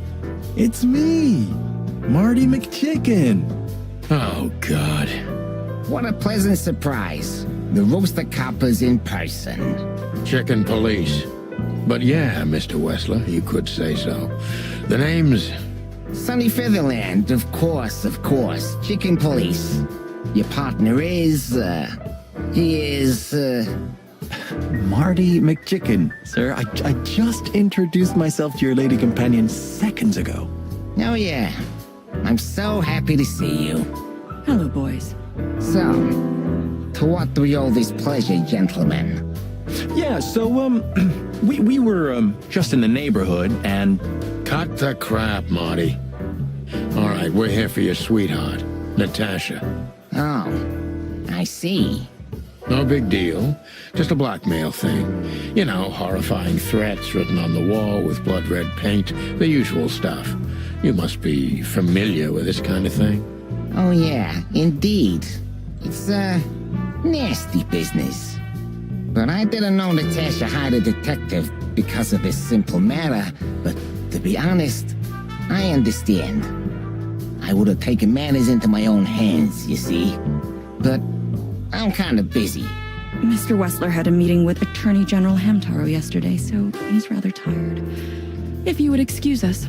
Oh, dear Olivia, it's okay. These gentlemen are just doing their job, right? And if I've heard correctly, they're notoriously thorough. So, how can I help you? We've got a few questions, if you don't mind. I'm at your service.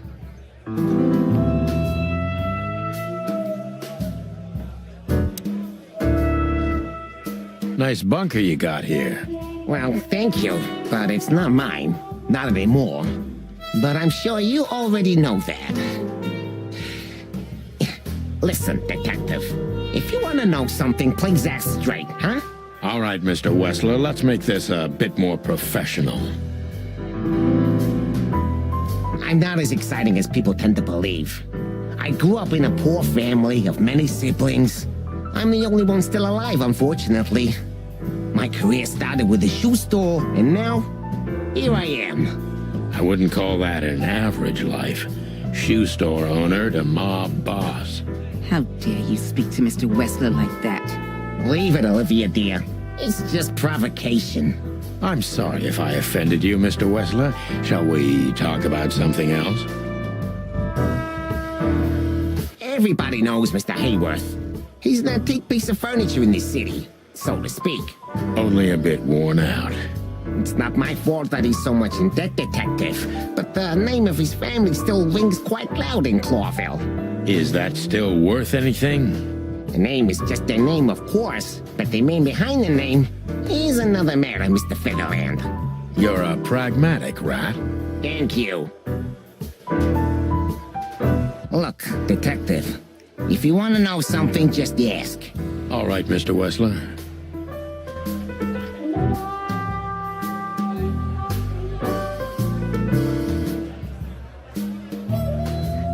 Has your assistant been working for you long? Are you talking about me? Yes, I'm talking about you, ma'am. Let me answer your question then. I've been in Mr. Wessler's employment for 6 months. Why do you ask? Oh, just routine questioning, you know. Most of them aren't good for anything. Just killing time. It sounded rude to me. Yeah, please forgive a detective. Olivia's a real firecracker.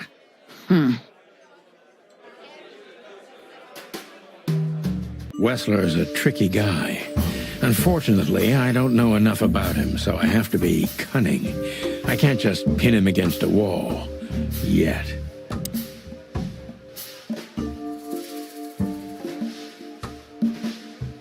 How did you feel when you heard about the blackmail? Honestly, I found it ridiculous. And now? Now I'm kinda interested. But I wouldn't call it blackmail yet. They're just empty threats. There were no demands. Good point. Thank you. Are we done? No, not quite. I'm sorry to hear that.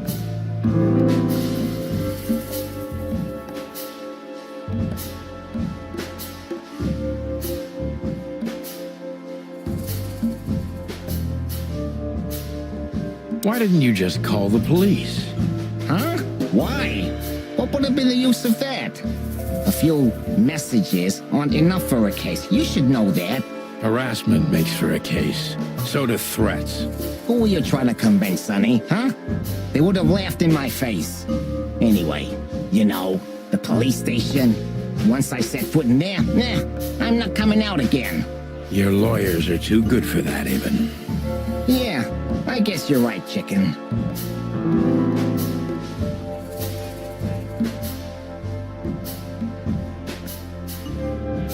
Why would anyone have reason to blackmail your girlfriend? I don't know, maybe because she's my girlfriend? You think that's enough? It's plenty enough. Good point. Oh, are you finally getting to a point? Or do you really want to dig around in my private life? Because, people who do that end up in the alley, if you catch my drift. Very much so, Mr. Wessler. Wessler is tougher than I thought, and he's secretive. It's time to gently beat around the bush.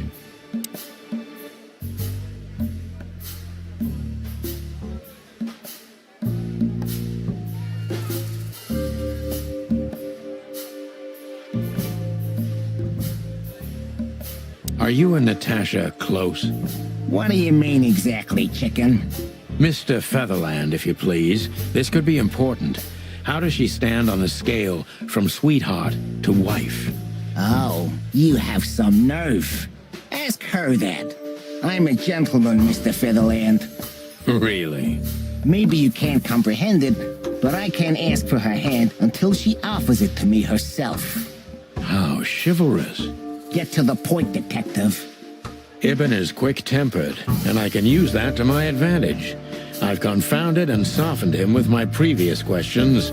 Now it's time to be specific and ruthless.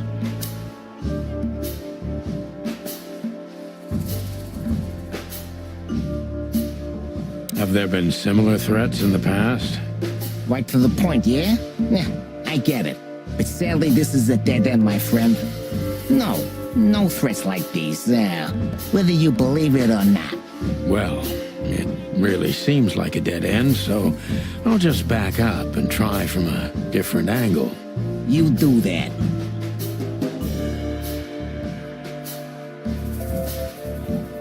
The mob boss and the pussycat, eh?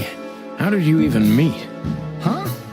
Are you trying to piss me off, Corpora, so I accidentally let some big secret slip out, huh? A simple answer would work. You know, Natasha, she's both connoisseur and muse. So, how was it? When was it exactly? You don't remember? That's strange. Ah, yeah. The Millions, of course. It was like another lifetime. It happened right here. Only this place was called the Millions back then. She was a dancer. Behind the scenes, I arranged opportunities for her on the big stage. Yeah, maybe she still doesn't know it was me. Then one day, I invited her for a drink with a promise that if she was willing to meet me, I'd buy the place for her. I guess she was willing. The next day, she had the club in her name. Well, that is romantic. Yeah, there are many kinds of romance, Birdman. There's cheap and there's expensive. You get what you can afford. Do you live in the same house as Natasha? Oh, you're really something. Natasha's a free woman, but mostly, yeah, at my place in Goldtown. But she has her own kind of a weekend house. How often does she use the weekend house? Yeah, every other weekend. Roughly. I see. That's very important information. Yeah, if you say so.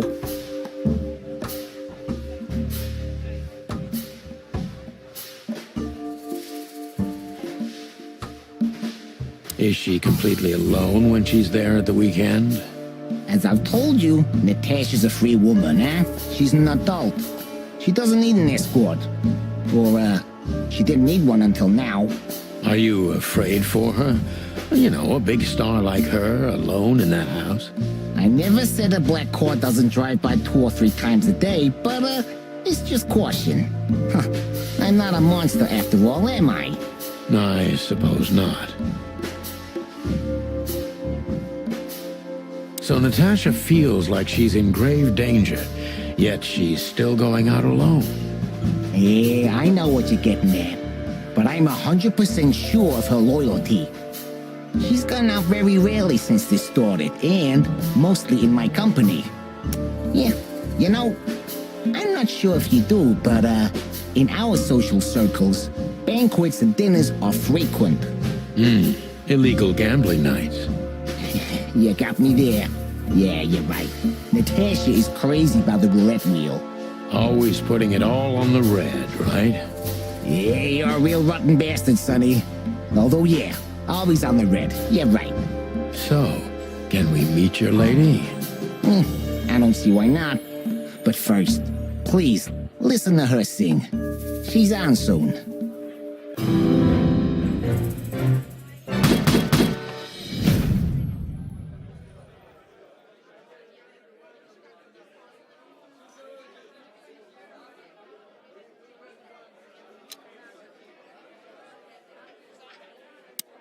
Thank you for your time.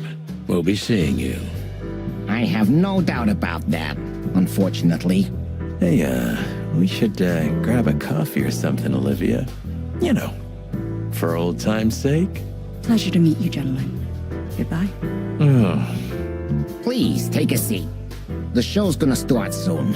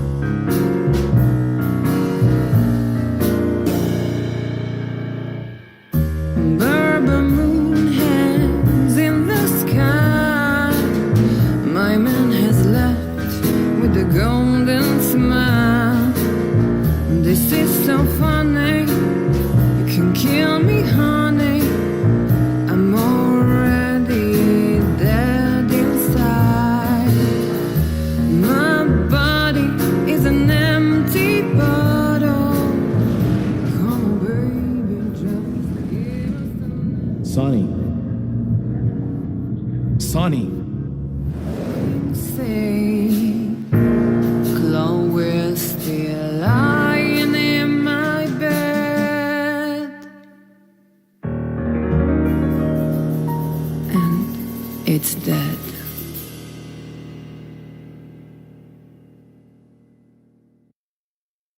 That was, unique. Oh, that is cute. Nobody has ever given me such a unique compliment before. Forgive me, my name is Santino Featherland. I thought so. You look more or less like I imagined. More or less. Sometimes less is more, Mr. Featherland. You were amazing, dear, as always. Could you be my little furball and fetch me a cocktail? But of course. Ibn will be back soon. We'll have a few minutes to talk. Then he'll end the conversation and throw you both out. With all due respect, ma'am, we're not that easy to get rid of. Doesn't matter who's trying, believe me. Doesn't matter, he'll do it. That's why I'm telling you. I don't want a scene. My room's upstairs. Meet me there in 20 minutes. Come alone, Sonny. You'd be too conspicuous otherwise. Hey. I understand. You know, they call him Target Marty at the station. I don't have time, Mr. Featherland. Sure thing, Natasha. I'll come to your room. 3 knocks, a short pause, then another 3. I'll be waiting. Go, before he comes back. I knew she was trouble the first time I saw her. She wore danger like a perfume. It was simply part of her being, and it attracted me, like light attracts the moth people. I wanted to be the microphone as she whispers her melodies, or the pillow she rests her feet on while reading some cheap romance. I wanted to be her nightdress, barely touching, barely covering her marble skin.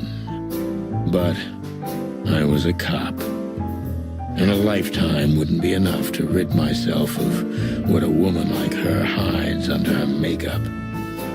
Keep your distance, Sonny. Just keep your distance.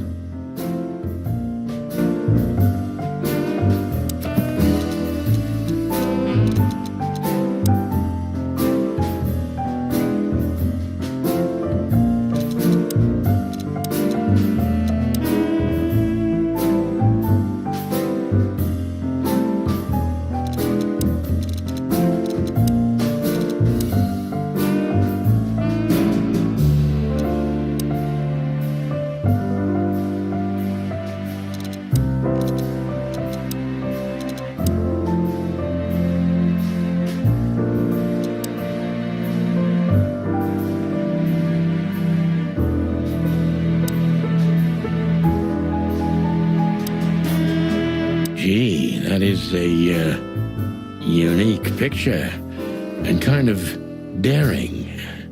I admit I've never seen anything quite like it before. Yes, I admit it's a little daring. I keep it. It evokes good memories. A precious old friend of mine. A most wonderful artist. He's got an eye, that's for sure, considering his model. Was that supposed to be some kind of compliment? I don't know. I don't compliment often. Not on purpose, anyway. Oh, you're funny.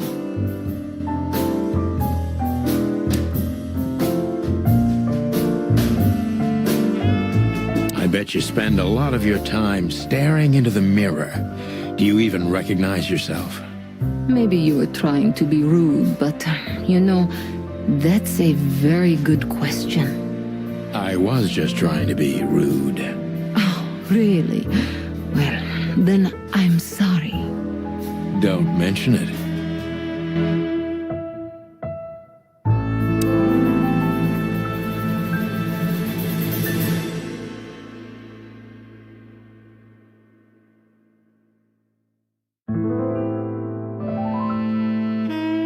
You got a beautiful place here, Natasha. A peaceful little island on the ocean of madness, with very classy furniture. Ibn likes me surrounded by elegant things, you know? You're an elegant thing yourself, sweetheart. Oh, that's charming. Thank you, Detective.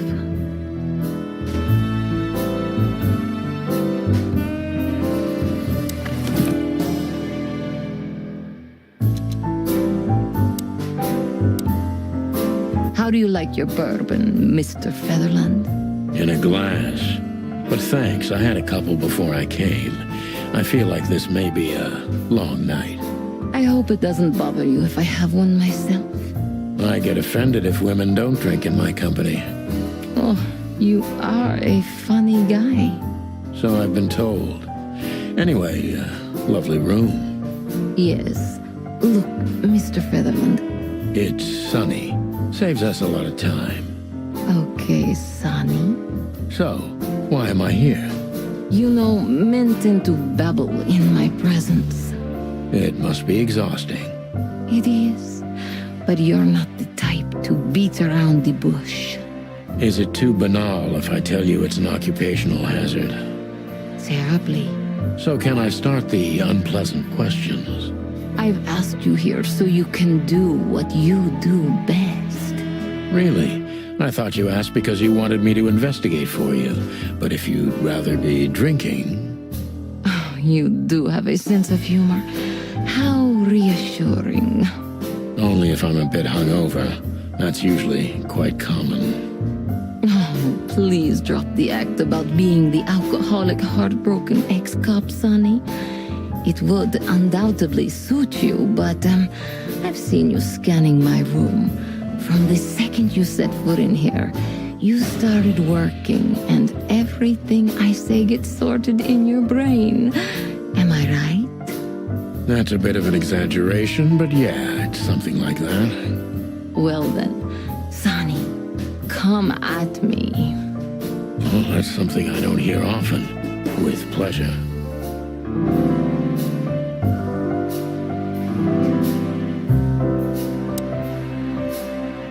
Natasha is a confident woman.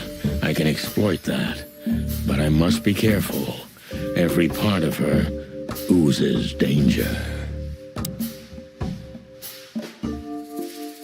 That was a remarkable performance. I'm glad you enjoyed it. Do you perform here frequently? You're also the owner, if I'm not mistaken. Sadly, I don't have the time, but the stage still calls my name, and I perform just a few times a year, and always with a new song. So that was all the excitement. I have many admirers, if that's what you mean. Yes.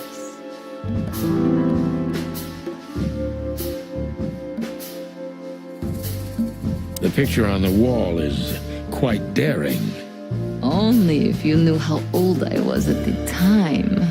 I think I'm on a slippery slope here. Come on, don't be shy. Ask me. All right. How old were you?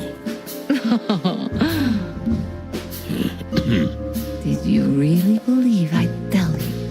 You're quite a player, aren't you? Life is anything but a game, Detective. You tell me.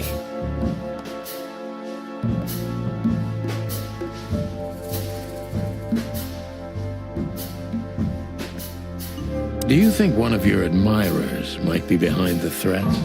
Those who admire me usually idolize me. No, I don't think it's one of them. You know, the soul of an animal is extremely complicated. Sometimes all it takes is a bad look or some small rejection to turn admiration into hate. That's a stillborn theory. No one hates me if they once loved me, Mr. Detective. Ah, I see.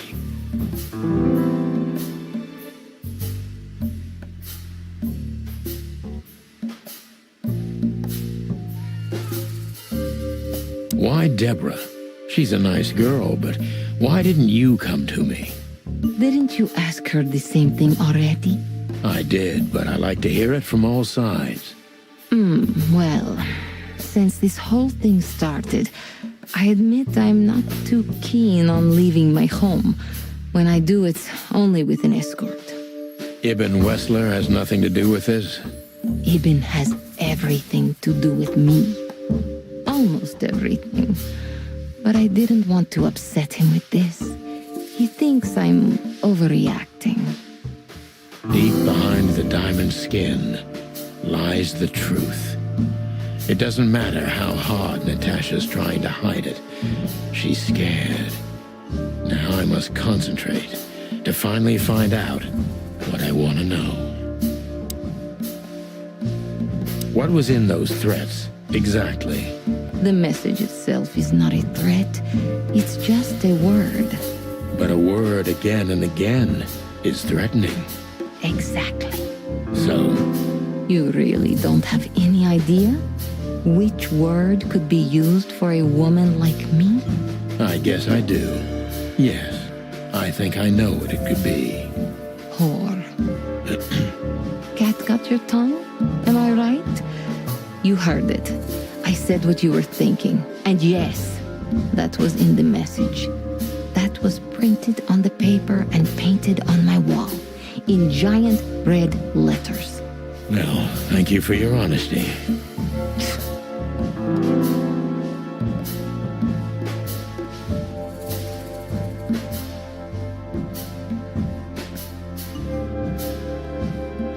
Could the threats have anything to do with the dangerous relationship between you?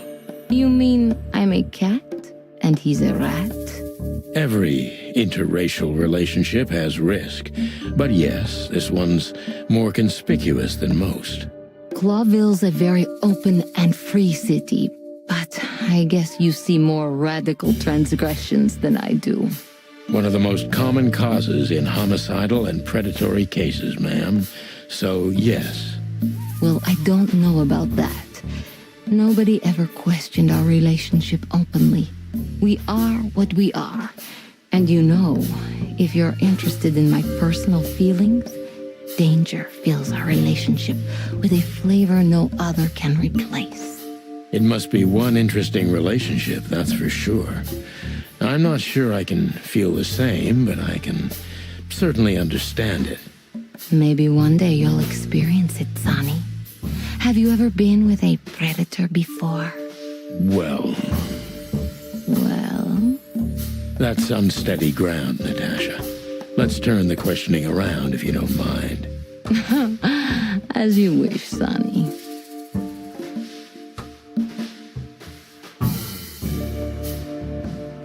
How many fools like me have you used up, Natasha? In all my life? Well... I just forget it. I don't want to know. Curiosity killed the cat. No pun intended.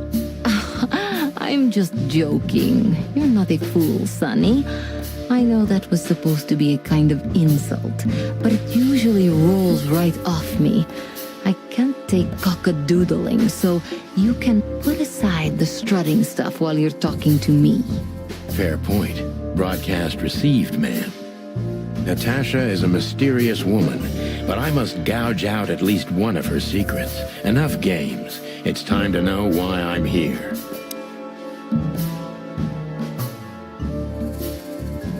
Let's stop beating about the bush. How do you know Molly? I'm prepared for that question, but it's still not easy. You knew very well that if you threw in the name of my wife, I'd come to you no matter how vague and suspicious the case was. I just want to know if you're simply a manipulator or you're really that desperate. I really know her. I'm not lying. Oh, really? How? Were you a nurse, too? Forgive me, but I don't think so. Don't be rude and so cynical, Sonny. I'm sorry, but that's me when feline claws are at my throat. Molly is an old and good friend of mine. She has nothing to do with this, but I knew that if I didn't mention it to you, you wouldn't have come. Yeah, Natasha, you're right there. I knew you were a decent fowl, that you would help me. That's what you're famous for. Don't go there. Flattery doesn't work.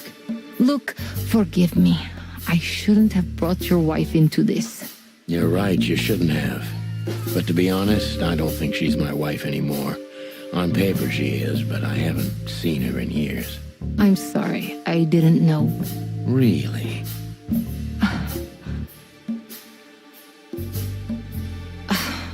I did. I knew. I checked you out before I sent Deborah. Cluck me. This case is getting more and more intriguing.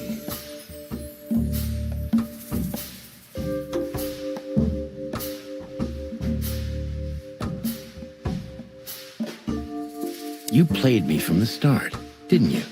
It wasn't my intention. I'm an old cock, Natasha. I've played too many of these games, and I've been on the losing side often enough. So, you're going to walk away? You're damn right. I don't know if it's worth it for me. Look, Sonny, money's not an issue. Oh yeah, your fawn had already mentioned that. But unfortunately, it'll be hard to spend all that dough when I'm dead. Dead? Don't even say that. Do you have a gun? Me? Of course you, Natasha. Do you have it on you? Not at the moment. Well, let me give you some advice. Keep it with you, always. Maybe in your purse. You don't think they, whoever they are, would hurt me? Don't be naive, Natasha. You're right. I'll keep it with me. I don't want to scare you, but 2 cops snooping around can mess something like this up, even if it's just 2 roosters. You'll keep snooping? Thank you, Sonny. Maybe you're getting yourself into even deeper trouble with me. Thank me when this is all over.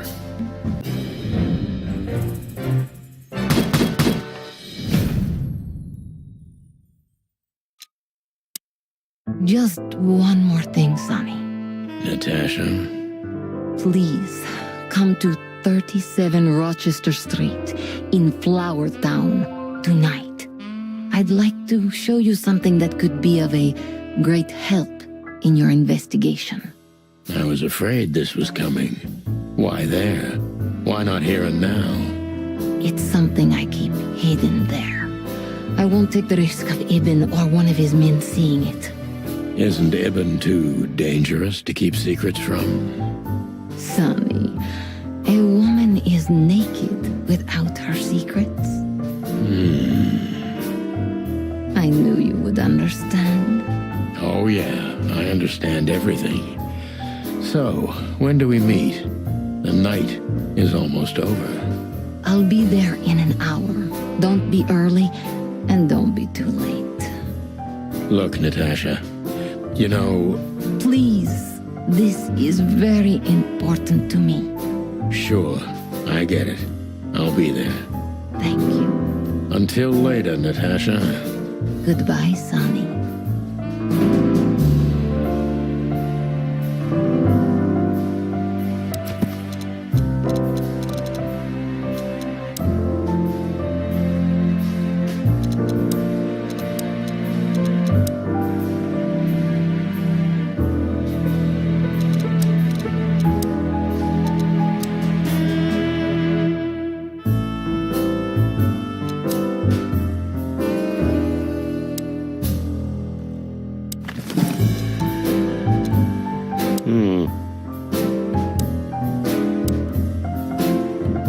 Why did you name it the Tsar Club when you took over? It was the Millions before. Maybe you can guess my origins from my name and my accent.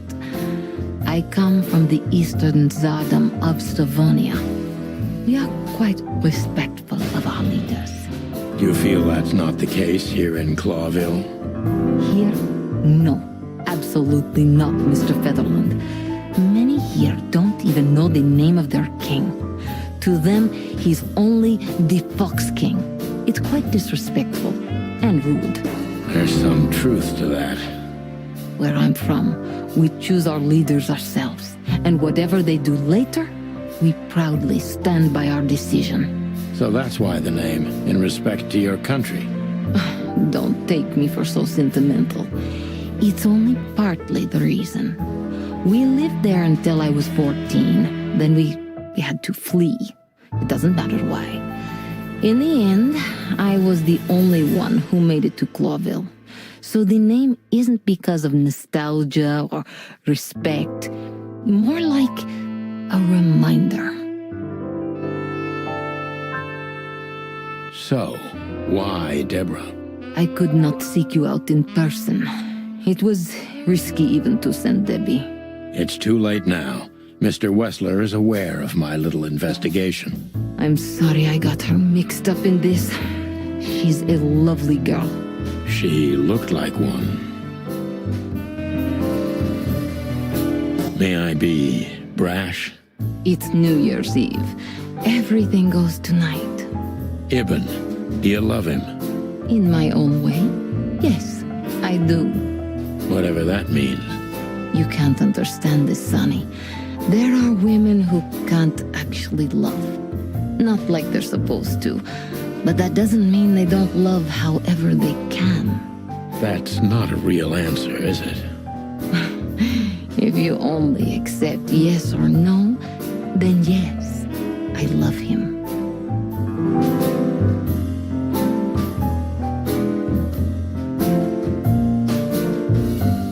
So this message...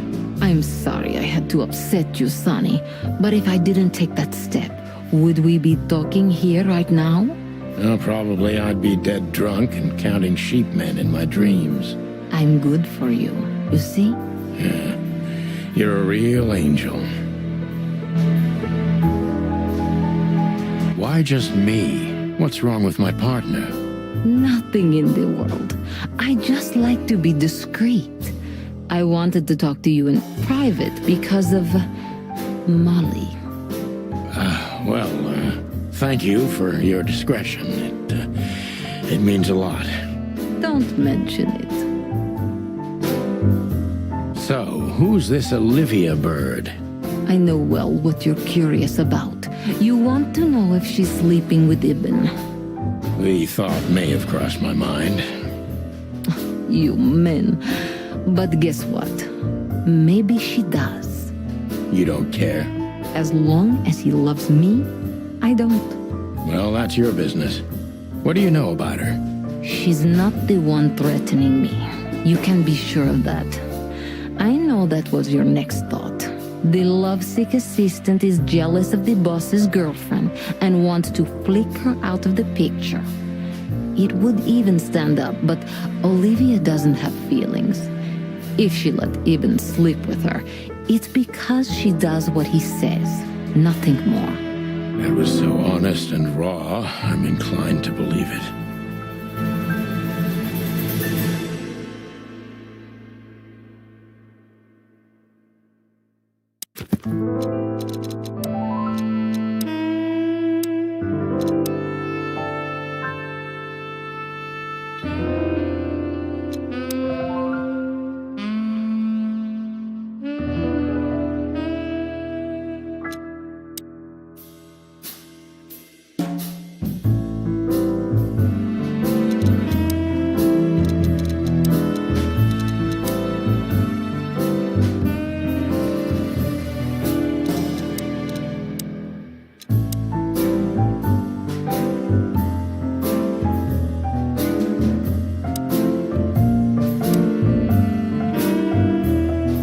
Seriously, how did you find me?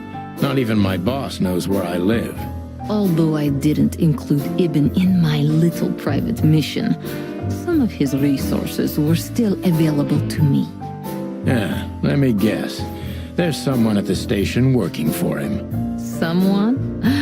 You're so cute when you're playing naive. Have you ever had dealings with the police? Not in this city. And otherwise? Does it really matter, Mr. Featherland? Maybe it does. More than a little. I'm afraid you'll have to unravel that thread yourself. But you will find nothing but a dead end. Well? Weren't you supposed to be waiting in the car? I was bored to tears, Sonny. I also thought maybe something happened to you. You thought Natasha had eaten me alive, huh? Well, who knows? You're such a fragile little thing. I'm too old for this, Marty. Then next time, leave the dangerous predators to me. I didn't mean that, Marty. I meant you. Oh.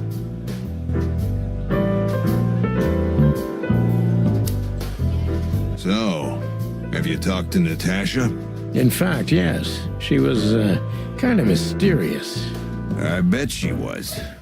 You know, I've never abandoned a case before. Not voluntarily, anyway. But that woman... You're, too old for this shit, huh?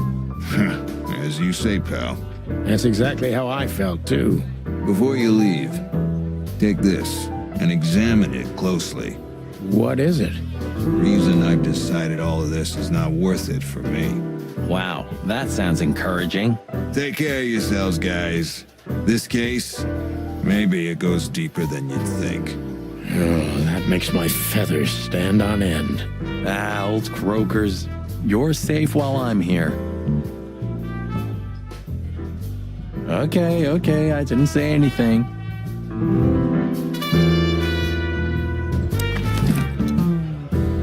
We stepped into it, didn't we? We stepped into it, didn't we? Of all that's furry, what kind of a list is this? Exactly. I have no idea, but I don't even want to find out. Those names, all top dogs. Maybe they play cards together. Sure, that's very likely. Anyway, I pried this list out of a dead man's hand. Somebody dropped him outside the forest, a few miles from the Wessler residence. I should have known she was keeping secrets. Keeping secrets? She's the secret herself. Thanks, Filmar. This could be important. Don't thank me. Maybe I've just signed your death warrant. Oh, thank you, sir. Oh, shut up, Marty. The truth is, Ibn's a dirty bastard, but he's likable. It must be his charisma that snared Natasha. Maybe there's more to it than simple wild love. Who knows? Animals commit the dirtiest of deeds for wild love. You've got a point.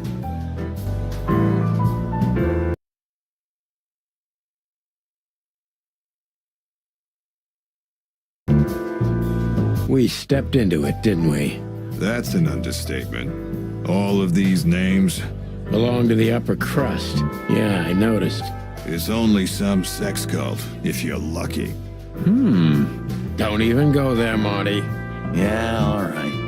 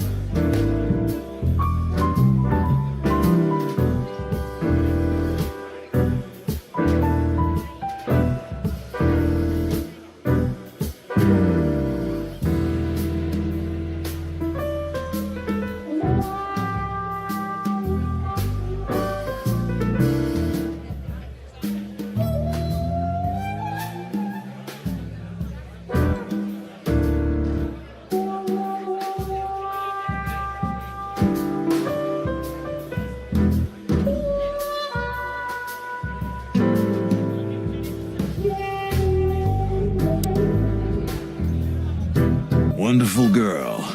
Either I'm gonna kill her or I'm beginning to like her. That's funny. I swear I've heard that before. To be honest, me too.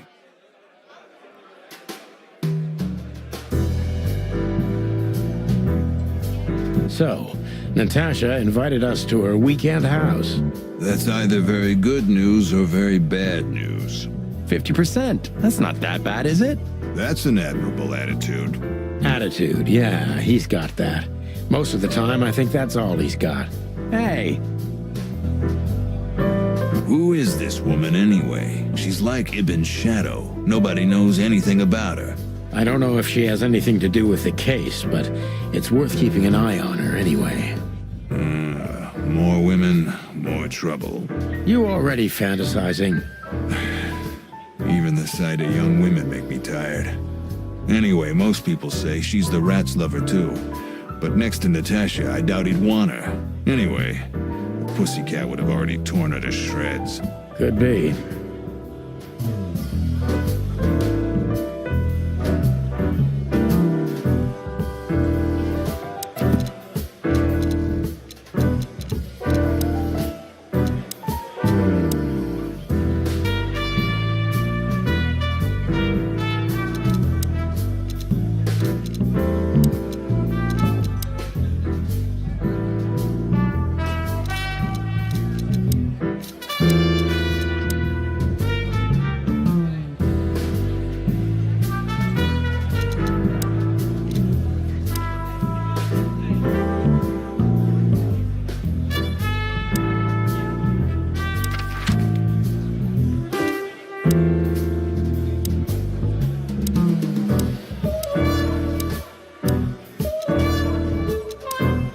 Ooh, a nice cup of coffee a la Zip, huh? We're not here for the coffee, Marty. Zip always knows more than what he lets on. It'd be worth interrogating the old trash panda. If he forgave us for wrecking his joint last time. He'll never forgive us, Marty, but we helped him out of trouble so many times, he's not gonna have any choice. I hope you're right, old bird.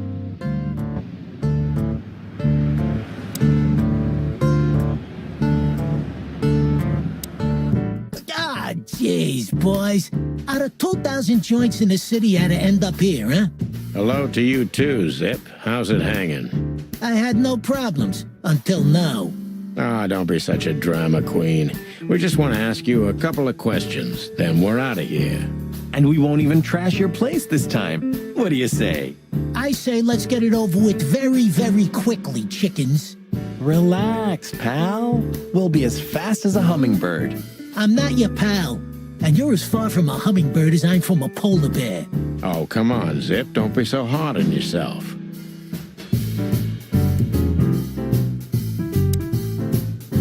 Hello, Timothy.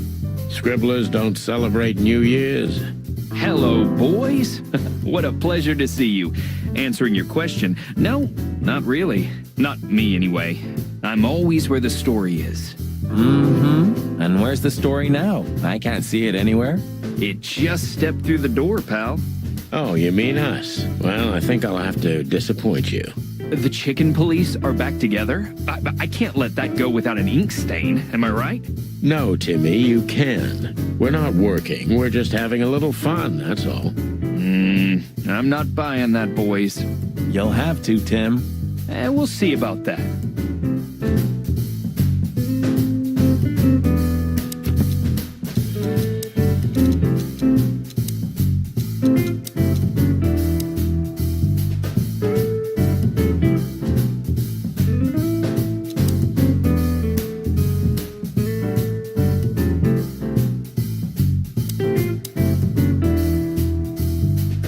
Look what we found, Zip. Furry hell. Who'd you beat to death for that? Beat to death? Who do you think we are? We simply confiscated it. You sneaky broilers. I'll give you $50 for it. Don't make me laugh. It's worth 3 times that. Oh, come on. Give me a break. Tough luck, Trash Panda. We also ran into Filmar. Filmar? Who's that? A grumpy old raggedy-ass hawk. His manners are even worse than mine. Ring a bell? You mean Marlowe? Was Marlowe. Now he goes by Filmar Lowe. Oh, I see. So that means he's still alive? I'm almost not surprised. The old guy has a reputation of being indestructible, huh? He is. And he gave us something that could mean something. Look at this, Zip. Holy crap, what's this? The guest list at a king's birthday party? Hey, that's not even a bad guess. What do you make of it? This piece of paper's from so high up where I've never been myself, boys, so don't ask me. We spoke to Natasha. She's scared. Well, it's not good life insurance to be the girl of the most powerful gangster in the city. It's not about that. Someone's been writing offensive messages to her. She feels threatened. I only know that every second husband in the city wants to have her, and every second wife wants to wring her neck because of that. Nothing else. Thanks, Zip, but we're not any further ahead. But not further back, right?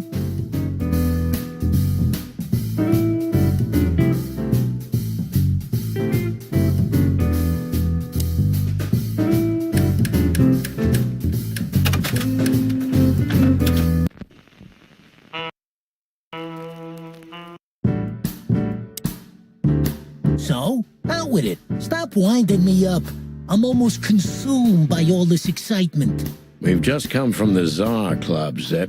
Who do you think we met?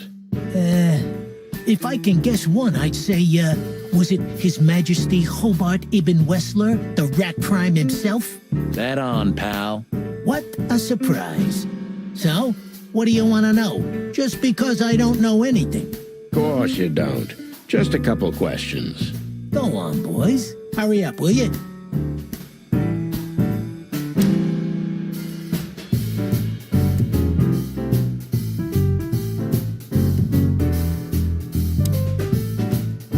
Is that rag you work for still around, Tim? You mean the most read and highest-ranking newspaper of the city, the Claudeville Chronicle? Oh, yeah, that's what it's called. I see that you still have your famous sense of humor, Sonny. Such a joy. Yeah, I do.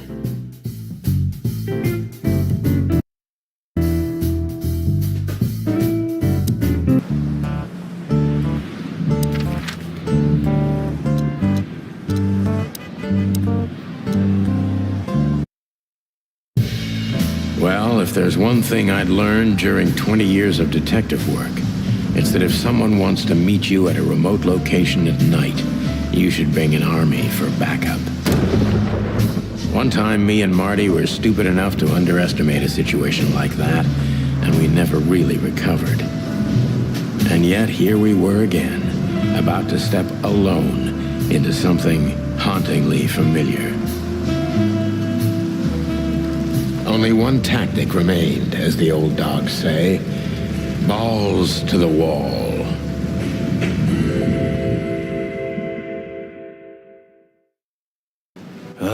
This place gives me the creeps. I wouldn't say I like it either. Let's take a look around before we go inside. Textbook. I'm telling you, it's a trap. Shut up, Marty. So, this is the word. What can I say? The message is loud and clear. Yeah, what matters is who is it for and what does it mean? I can't misunderstand that if I wanted to. We'll see. Wait a second, did that bimbo put a spell on you? As you used to say, don't let it cloud your objective judgment, Boss Bird. Watch who you're talking to, boy.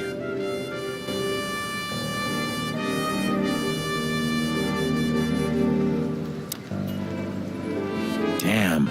It's not a good sign. Maybe she just lost it when she hurried into the house. Yeah, right. Do you think it belongs to Natasha? No idea. Do you think I measured her feet when I was in her room? Not sure I want to know, but I wouldn't be surprised. Chicken police, hands up. Marty, that's enough.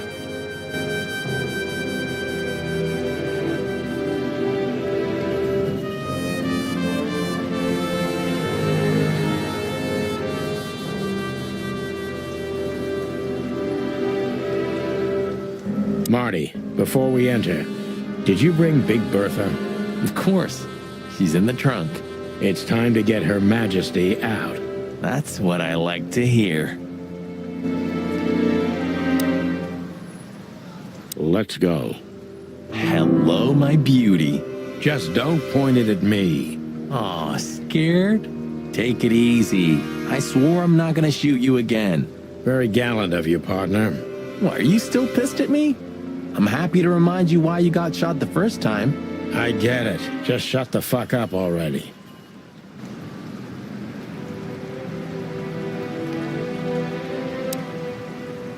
It's the nothing. What was that? Forget it. Just an old quote from a movie. It means it's fucking dark in here. Flashlight. I didn't bring one. Me neither. What a pair of fucking professionals. Yep. But you do have a shotgun with you. We should have shotguns for this kind of deal. Is that from an old movie? No, it's an original. Figures.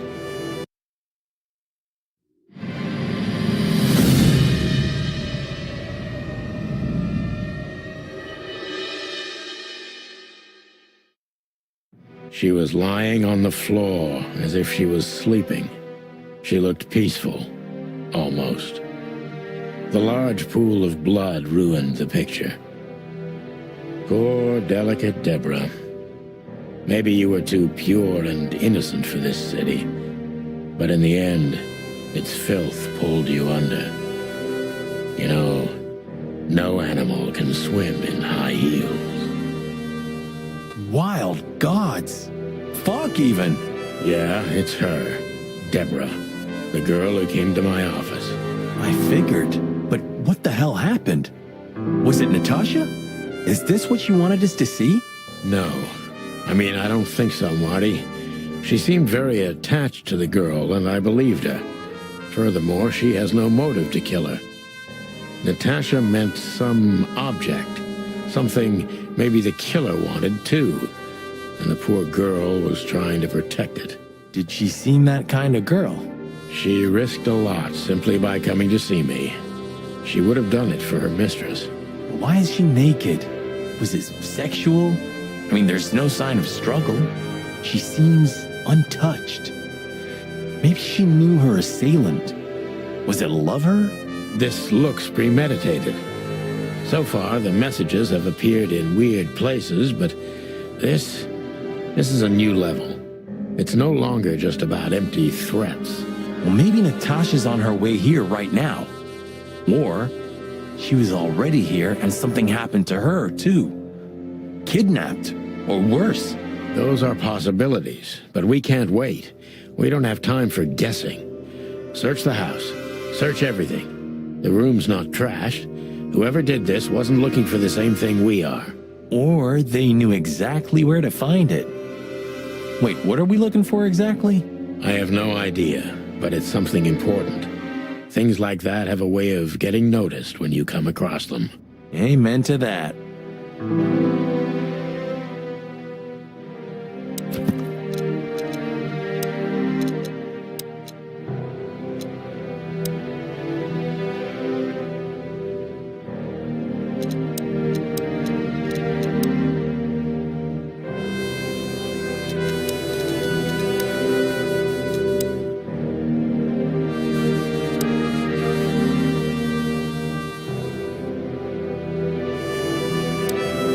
It's an exceptionally beautiful piece.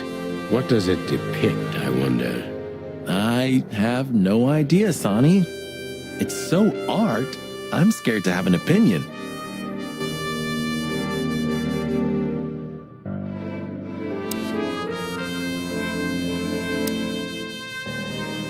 Does this fireplace seem as suspicious to you as it seems to me, Marty?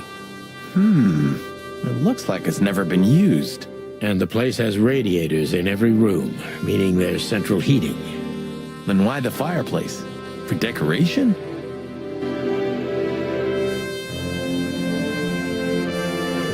Does this fireplace seem as suspicious to you as it seems to me, Marty? The message. Here, too. Yes, but this isn't about Deborah, and wasn't meant for her. It was meant for Natasha. Obviously. What have we gotten ourselves into, Sonny? I don't know, Marty, but let's get ourselves out of it as soon as possible.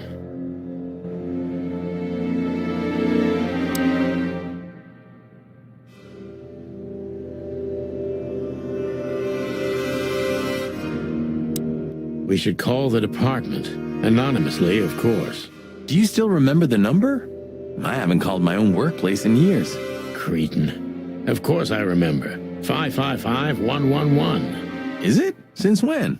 Since they invented the telephone. Yeah, of course. No, I knew that. I was just testing you. Yeah, right.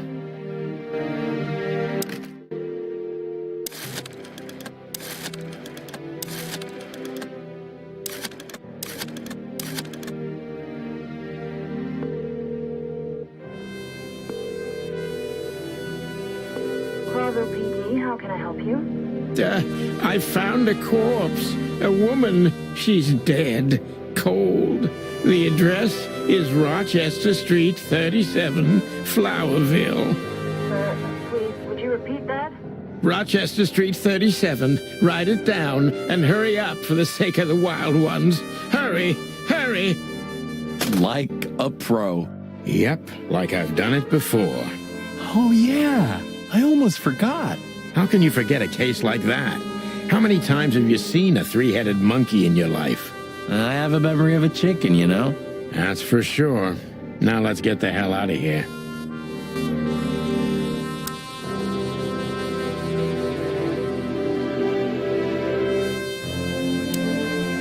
This must be Natasha's family. Wealthy.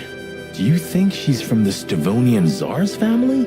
Oh, nobody could have survived that massacre. But I'm sure this family was also close to the fire. What is she doing here anyway? What, an alias? Keeping secrets, and now this case? Do you think it's all connected somehow? Let's not draw hasty conclusions, Marty.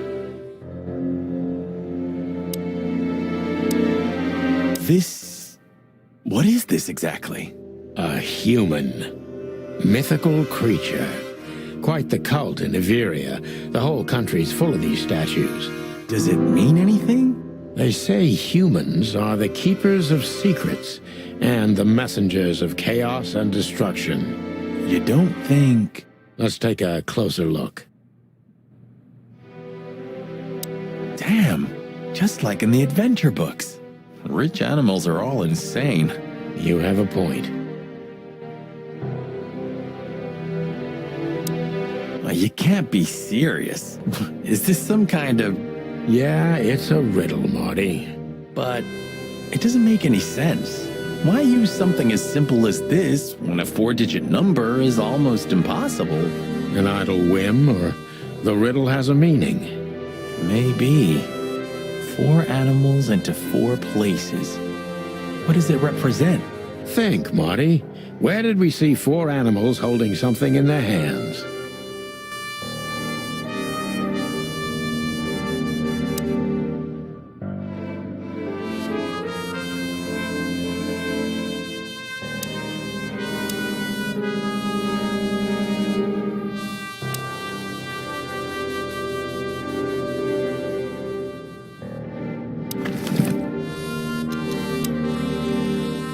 Molly, my ex-wife.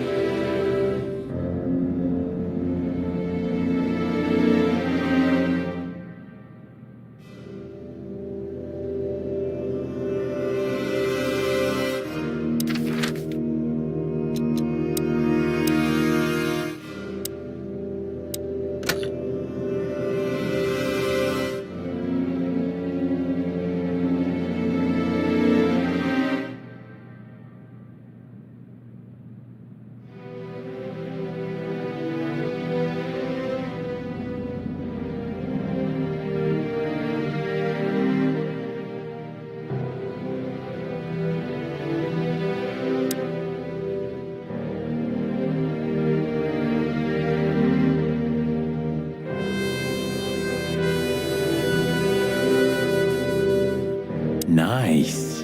Yeah, it really is.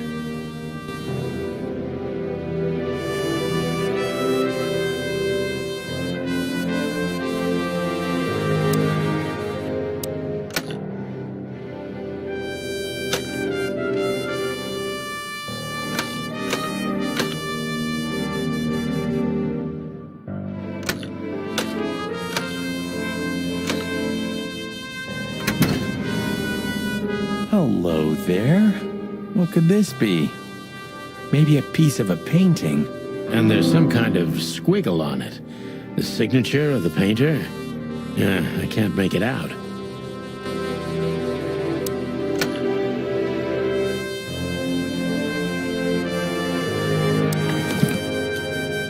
It's a piece of a painting. Judging by how well it was hidden, I'm sure this is what Natasha wanted to show us.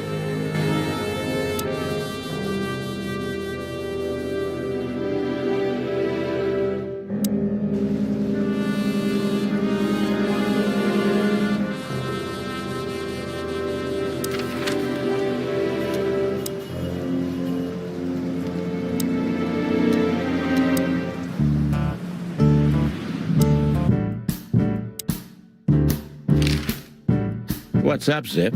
Quiet night, I see. And what's Timothy doing here? That's exactly what I asked him when he wound up here. But yeah, he's a regular nowadays. He must be sniffing some kind of story about the Hive. About the riots? Have they reached here already? I ain't seen nothing. More cops around, yeah, as you can see for yourself. We're not on duty, Zip. It's still the same. A cop's a cop. A lot come by, but besides beating up bugs, nothing much happens. It will, Zip. I can sniff it in the air. If you say so, Sonny, your sense of smell is better than mine. Maybe once.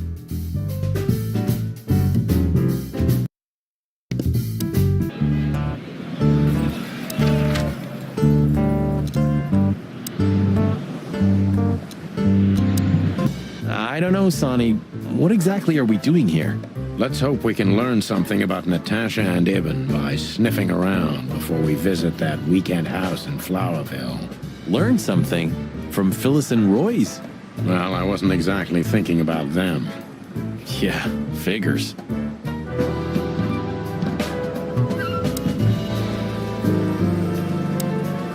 Hey, big guy. Hey, Cox. What's up? Back here so soon? Did you get nostalgic all of a sudden, Sonny? I'd rather be anywhere else than here, Bosco, but we're sniffing around on a case. Who? Are you trespassing again? Who? Us? What are you thinking? Just an old case. Still open. Not official, but not active either. We're not bothering anyone. You know, old habits die hard. I know. I'm just messing with you. So, how can I help you?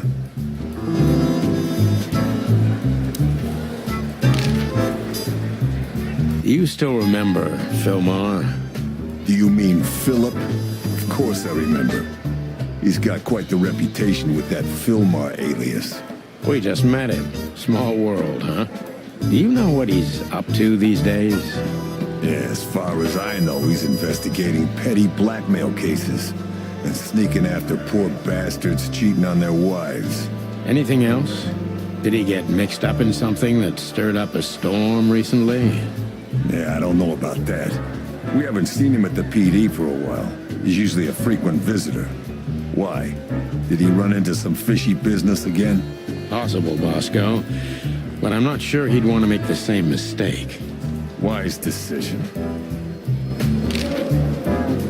Listen, Bosco, what do you make of this list? Maybe it's the guest list of some fancy ball. These are some rather influential names, the ones I recognize anyway. Movie stars, politicians, a few names from the Council of 12 even, if I'm not mistaken. You're not. Are you blackmailing them?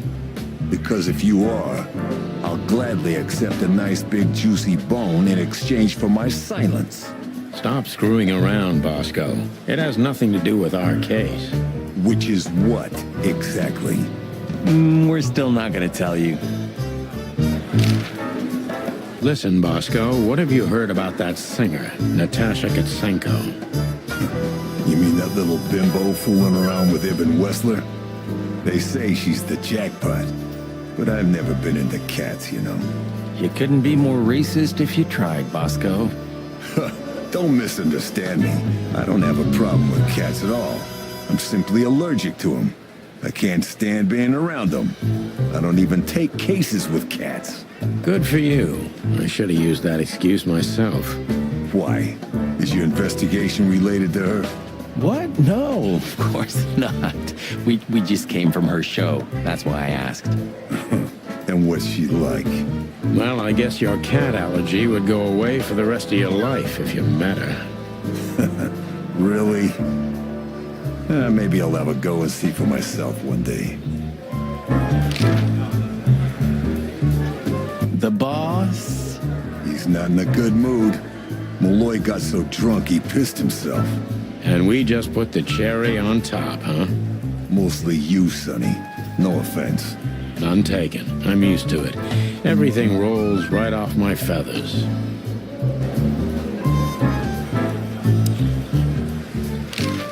Guess who we met today? In person, Mon. King Hector III? Even better. The one who commands the king. Wait a minute. Hobart Wessler? Damn right. Hobart Ibn Wessler in the flesh. Wow. And you're still alive. That's quite an accomplishment. But seriously, have you heard that he wants to get out of the black market business? Allegedly, he's trying to clear his name with some kind of new meat substitute. His name's gonna be rather difficult to clear. It's a heroic and impossible venture. I haven't heard about it, but it's an interesting addition to what I know. Which is? Ibn's been acting very strange lately, and he left most of his business dealings to one of his goons, Mickey. Also known as the Butcher, the Mongrel, and the Slayer. Yeah, we once had the pleasure of meeting him. That's all I know, boys. I know it's not very much, but it's something, I guess. I'll keep my ears open. Thanks, Mon. Listen, Mon, a reliable old friend shoved this into my hand. Could you take a quick glance at it? Quite an imposing list. What could those numbers mean? It could be a date even, but no, this is something else. That's what we were thinking too, and we got nowhere. But you see a lot of documents. So, is there anything familiar about this? Unfortunately not, boys. The names are imposing indeed, but based on this, it could be almost anything. The richest of the rich get together on all kinds of excuses. It must be a secret cult.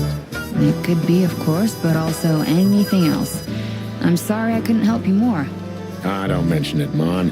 Thanks for your time. Or, wait a minute.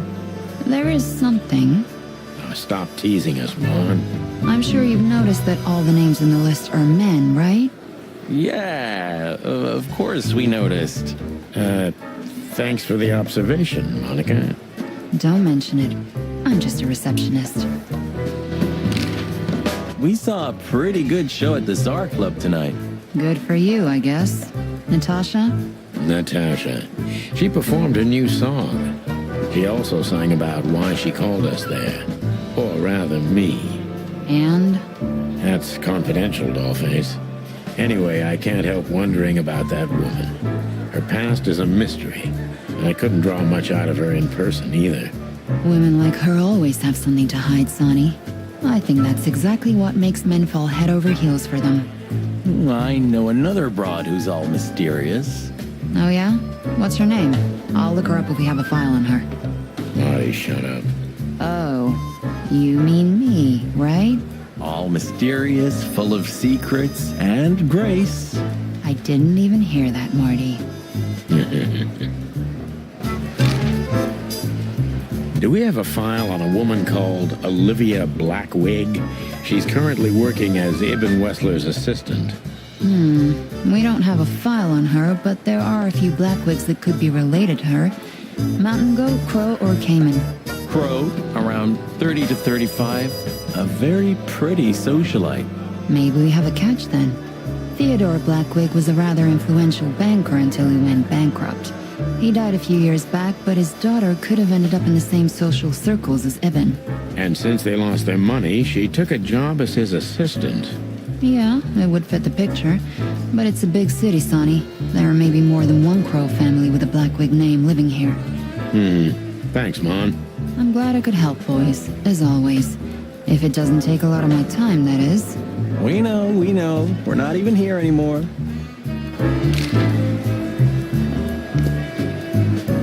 Join the force, protect the crown, serve the people.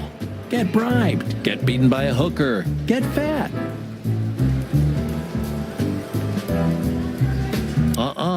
Blood boils in there and I don't want to run into him. I wholeheartedly agree, partner.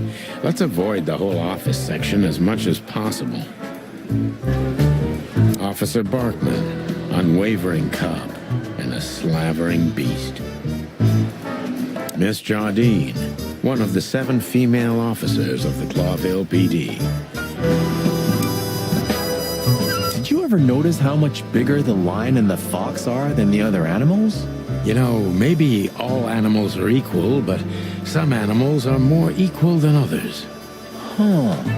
So that's why our king's a fox and not a sheep or a bird, right?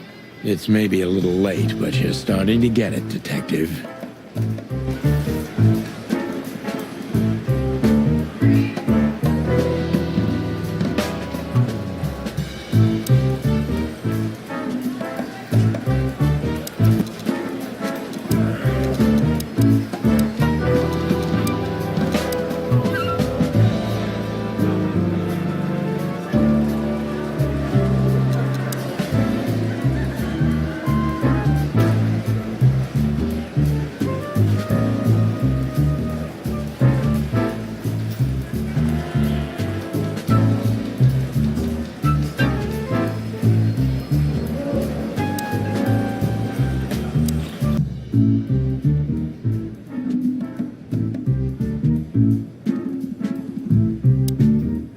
It may not be a good time to say this, but I've got a bad feeling about tonight.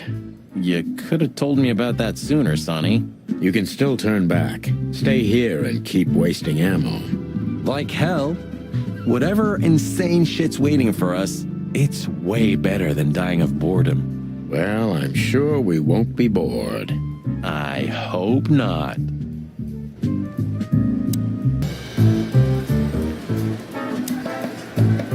So soon? That was fast. Almost a record. Sorry, Mon. We're just here for a little, info. When are you not here for that, boys? How about wish me a happy birthday for a change? What? Is it your birthday today? Of course not. Don't be silly, Marty.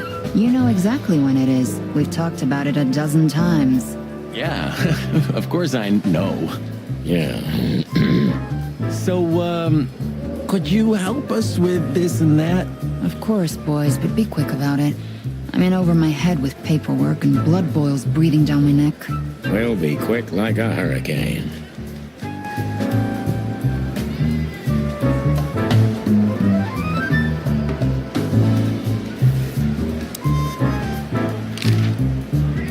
You're very lucky, boys. You just missed the boss by 3 minutes. Right now, he's trying to get Malloy out of the toilet. Still can't hold his liquor, huh? Neither on or off duty. But today, he is sloshed. Well, he's a water buffalo, isn't he? He knows how to swim. No, Sonny, just a buffalo. The two are totally different things. Do you remember our old squad car? That ended up in a swamp? Huh, I could never get over that. It was the best partner I ever had. That's, good to know, boss. Truth hurts, pal. Never mind. I'll live with it.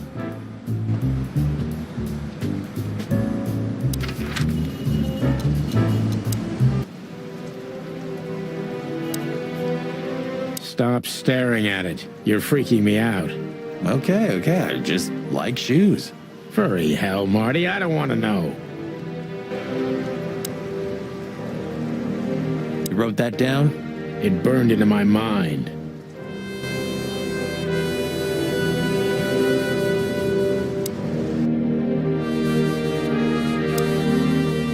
I really shouldn't be here, you know? It's New Year's Eve. I should be out partying, not dealing with this shit. Well, it's a little late for that. I told you it was going to be a rough ride. What you told me was it's gonna take a few hours and it's practically nothing. And you believed me. Yeah, I was an idiot. There you go. Anything interesting in there? Yeah, I think there is. So a piece of a painting? That's it? And what's that smear on it? It's too illegible to be a signature. It could be anything. Maybe Natasha can help us. After all, this is what she wanted to show us, isn't it? Well, that's if we find her. She should be here by now. True. Well, then what's next? How about we peck around town some more? We could do that, but I think we should gather what we know and try to figure out where we can go from here. Bourbon in my office? You know what? After all this, I could use a drink. Right answer.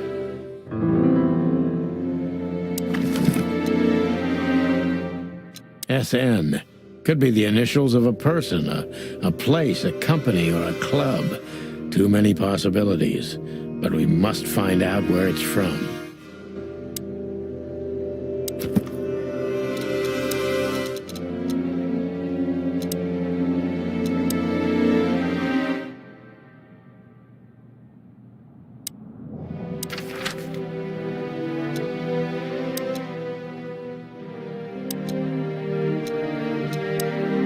Should we say hi to the old beaver?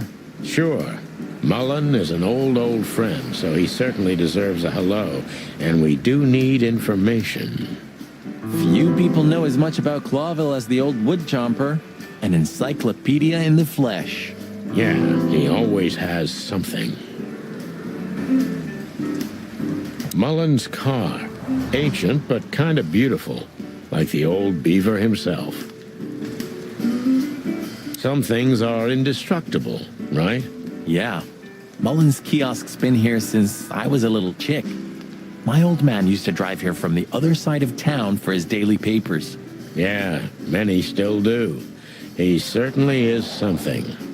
Mullen's a wizard from a forgotten age. Yeah, kind of. Chandler's used to be quite a prestigious cafe. Magnificent animals had breakfast here, and in the evenings, philosophers and writers would get drunk together and argue. The place is now just a second-hand bookshop, just a shadow of its former self, like so many things in this city, like me. The Claudeville Chronicle, the most read and probably the most biased newspaper in the city. It's supposed to be a royalist rag, but the separatist overtones are getting stronger and stronger every day. The taxi company for the upper class only, politicians and gangsters. Murdoch and Falcon is a famous law firm in Claudeville, run by a blind bat and a bird-brained falcon.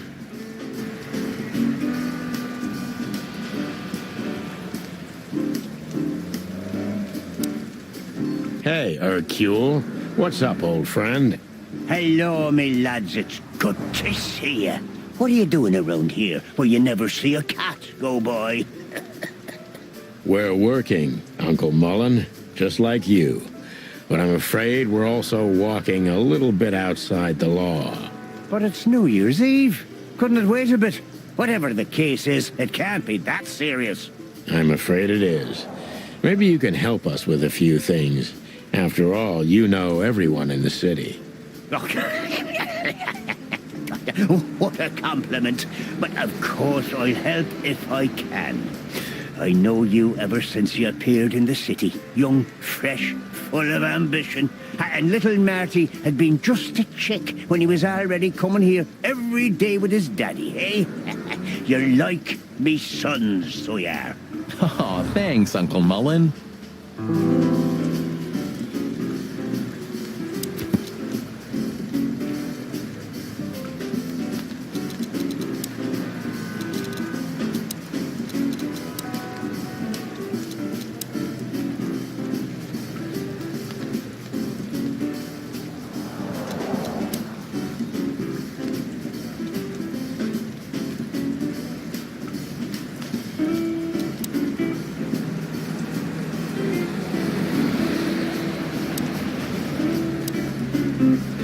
Eben's a ruthless gangster, that's for sure. But he's not bloodthirsty or stupid. You're not in danger until you're in his way. And that's not so easy to manage as the whole city's in his hands. How come they never tried to approach you, Uncle? What? Of course they tried. They wanted to buy the whole area and build some huge parking garage on it. Mongrel Mick, Ibben's #1 pug, came here and threatened me more than once. If I hadn't dug me heels in, the others would have sold up. The lawyers behind me, even Biff, the owner of Chandler's. But I told them, over my cold dead carcass. Oh, looks like it worked. I'm too much for them, lads. Or I'm just too famous around here to get rid of. We could say Ibben's almost almighty, but he avoids scandal like rats avoid fire. That's a good one. I'm a poor nobody, my lads, but my name still carries meaning. This place has always belonged to my family. If my dead body had been found here or in the Times, it would have caused a scandal, even without any evidence. So, he usually listens to reason. Yeah, when I talked to him tonight, he seemed confused, dissolute, and impetuous to me. That's uncharacteristic. Are you sure it was him? Are you joking? Ibn Wessler's not usually confused with anyone else. Of course I'm joking. Beaver humor, you know? Nobody gets it. Not even the beavers. Good one again. Hey, Martin, my lad, what's up? How's that beautiful wife of yours? Laura's perfectly fine, thank you. It's crazy you could grab an amazing woman like her, son. Are you blackmailing her with something? Ah, I missed your famous beaver humor. I'm just messing with you, son. Anyway, you look good. You're in good shape. You look more like a turkey than a rooster, if you ask me. Thanks. This is priceless. Thanks, Hercule. We'll be back again soon. Yeah, sure will. Nice girl. She used to come here for a while, but I think she moved downtown. Yeah, she's the poster girl for workaholism. She lives in an apartment across from the PD, but sleeps at the station, if she sleeps at all. Some animals just race and race through the years of their life until someone stops them and makes them wind down. Is there someone like that waiting for everyone? Indeed there is, somewhere. Usually not where we're looking for them. Yeah, right.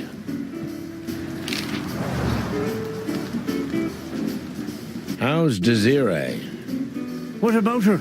She's still beautiful, and she's still my wife, and I still don't get why she hasn't left me already.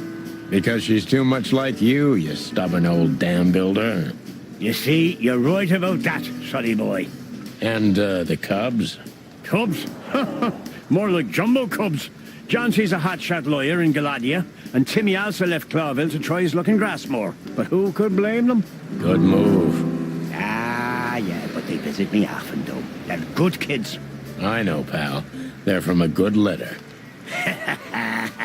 If you say so, sonny. You know anything about a woman named Natasha Katsenko? Sonny boy, what have you gotten yourself into again? That lass is Ibn Wessler's protege, to put it politely. She's the crown jewel of the city. A shining new star. If you dare talk to a gal such as her, you can expect some serious lead poisoning, me boy. Well, I suppose I should have come to you first for advice. Doesn't matter now. We're in it, Uncle. Up to our combs. If you'll accept the advice of an old shaggy beaver, get to the end of it as quickly as you can, and try to make it out with all your feathers. Yeah, that's the plan. But do you know anything about her? Anything, interesting? As I've heard, Natasha is quite a mysterious lass. She came from the Stavonian Tsardom and fled to Claudeville, but from what? No one knows. Some years of her life are shrouded in mystery, and that rarely means good. You're right about that. So, that's your advice? Be careful? At least, sonny boy. And one more thing. What's that? Never fall in love with a woman like her. Thanks, Hercule. I wasn't planning to. Nobody plans to, sonny. Just take care of each other, okay? And always carry a good gun in your pocket. Oh, I always have one in every pocket, old-timer. I know, Martin. I know.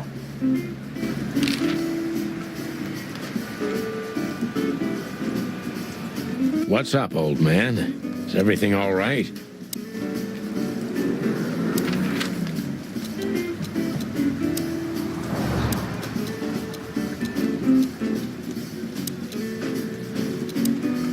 So what are we doing here again, Sonny? I don't know. Maybe we could question Natasha. Do you think she's here? Who knows, Marty? We'll see. There's Philmar. Maybe he knows something.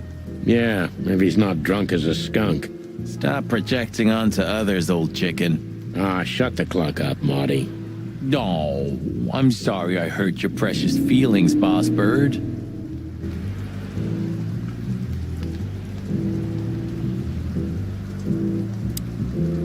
Hey, old bird. What are you waiting for out here in the rain? Is that you, boys? I'm a little, tired. I can see that, pal. Oh, it's all right. I just can't find my car. I don't see very well in the rain. My eyesight's pretty bad. I should wear glasses.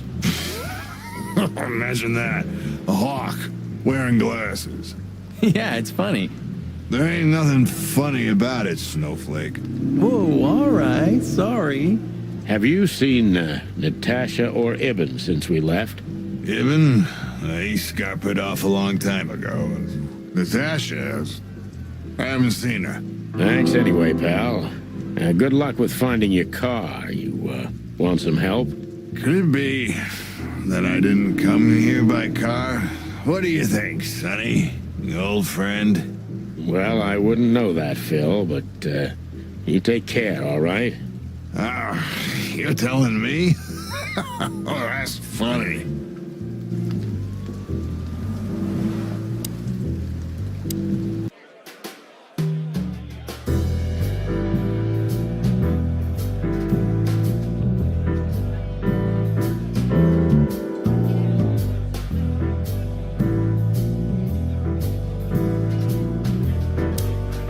So we meet again.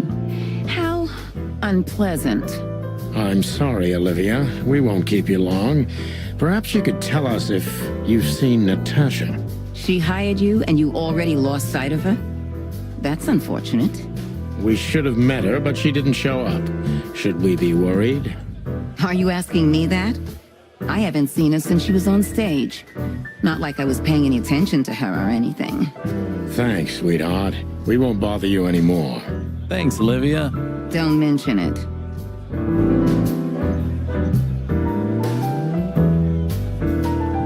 You think the guy's taking a shine to Olivia now? Why should I care? And while we're at it, why do you care? Me? I don't care at all. And why do you ask? What? Stop bugging me. This guy was here before, right? He's handling it pretty well. And there are even more pretty dames all over him. You think they dig his antlers that much? More like his wallet, Marty.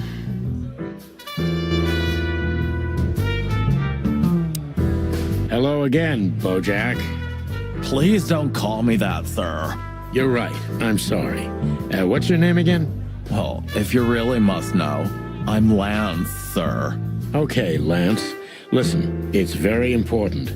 Oh, please, sir. Don't get me involved in anything. I just want to get my shift over with and go home to sleep. Relax. There won't be a problem. Just answer the questions honestly. Oh, if I must, let's give it a try. Right, kid. Lance. Lance. Yeah. So, have you seen Natasha since her performance? Oh, no. Don't ask me anything about Miss Kitsenko and Mr. Wessler. It could cost me my job or even more. Hey, it's a matter of national security. It could be. Yeah, see, it could be. So, if you help, you won't only be helping us, but the crown and the whole city of Claudeville. Oh, okay, all right. Just stop that chicken shit, will ya? I saw Natasha, yeah. She came down, spoke with someone, then stormed out the front door. And then what happened? She came right back in 2 or 3 minutes later, soaked to the bone. She was in a hurry. She went up to her suite, then came back down and left. And you haven't seen her since? I genuinely haven't seen her ever since, sir. Thanks, Lance. You've been a great help. I'm happy to hear that. So Natasha had left, Seems so, but she never arrived at the weekend house. Then we'll stay with the original plan. We'll gather our thoughts at the office and go over everything we know. Okay, Boss Bird, lead the way.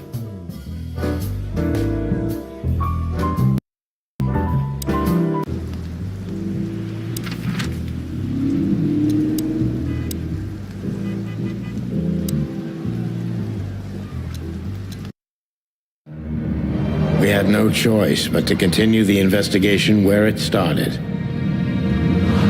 In that shady little apartment I called home.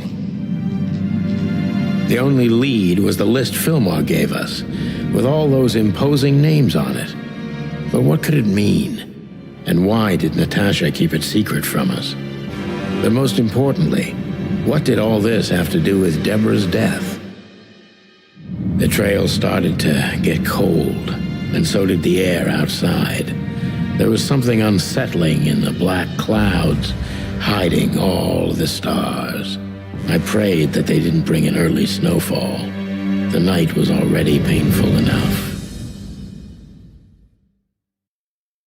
So, what are we... So, how did this whole case start?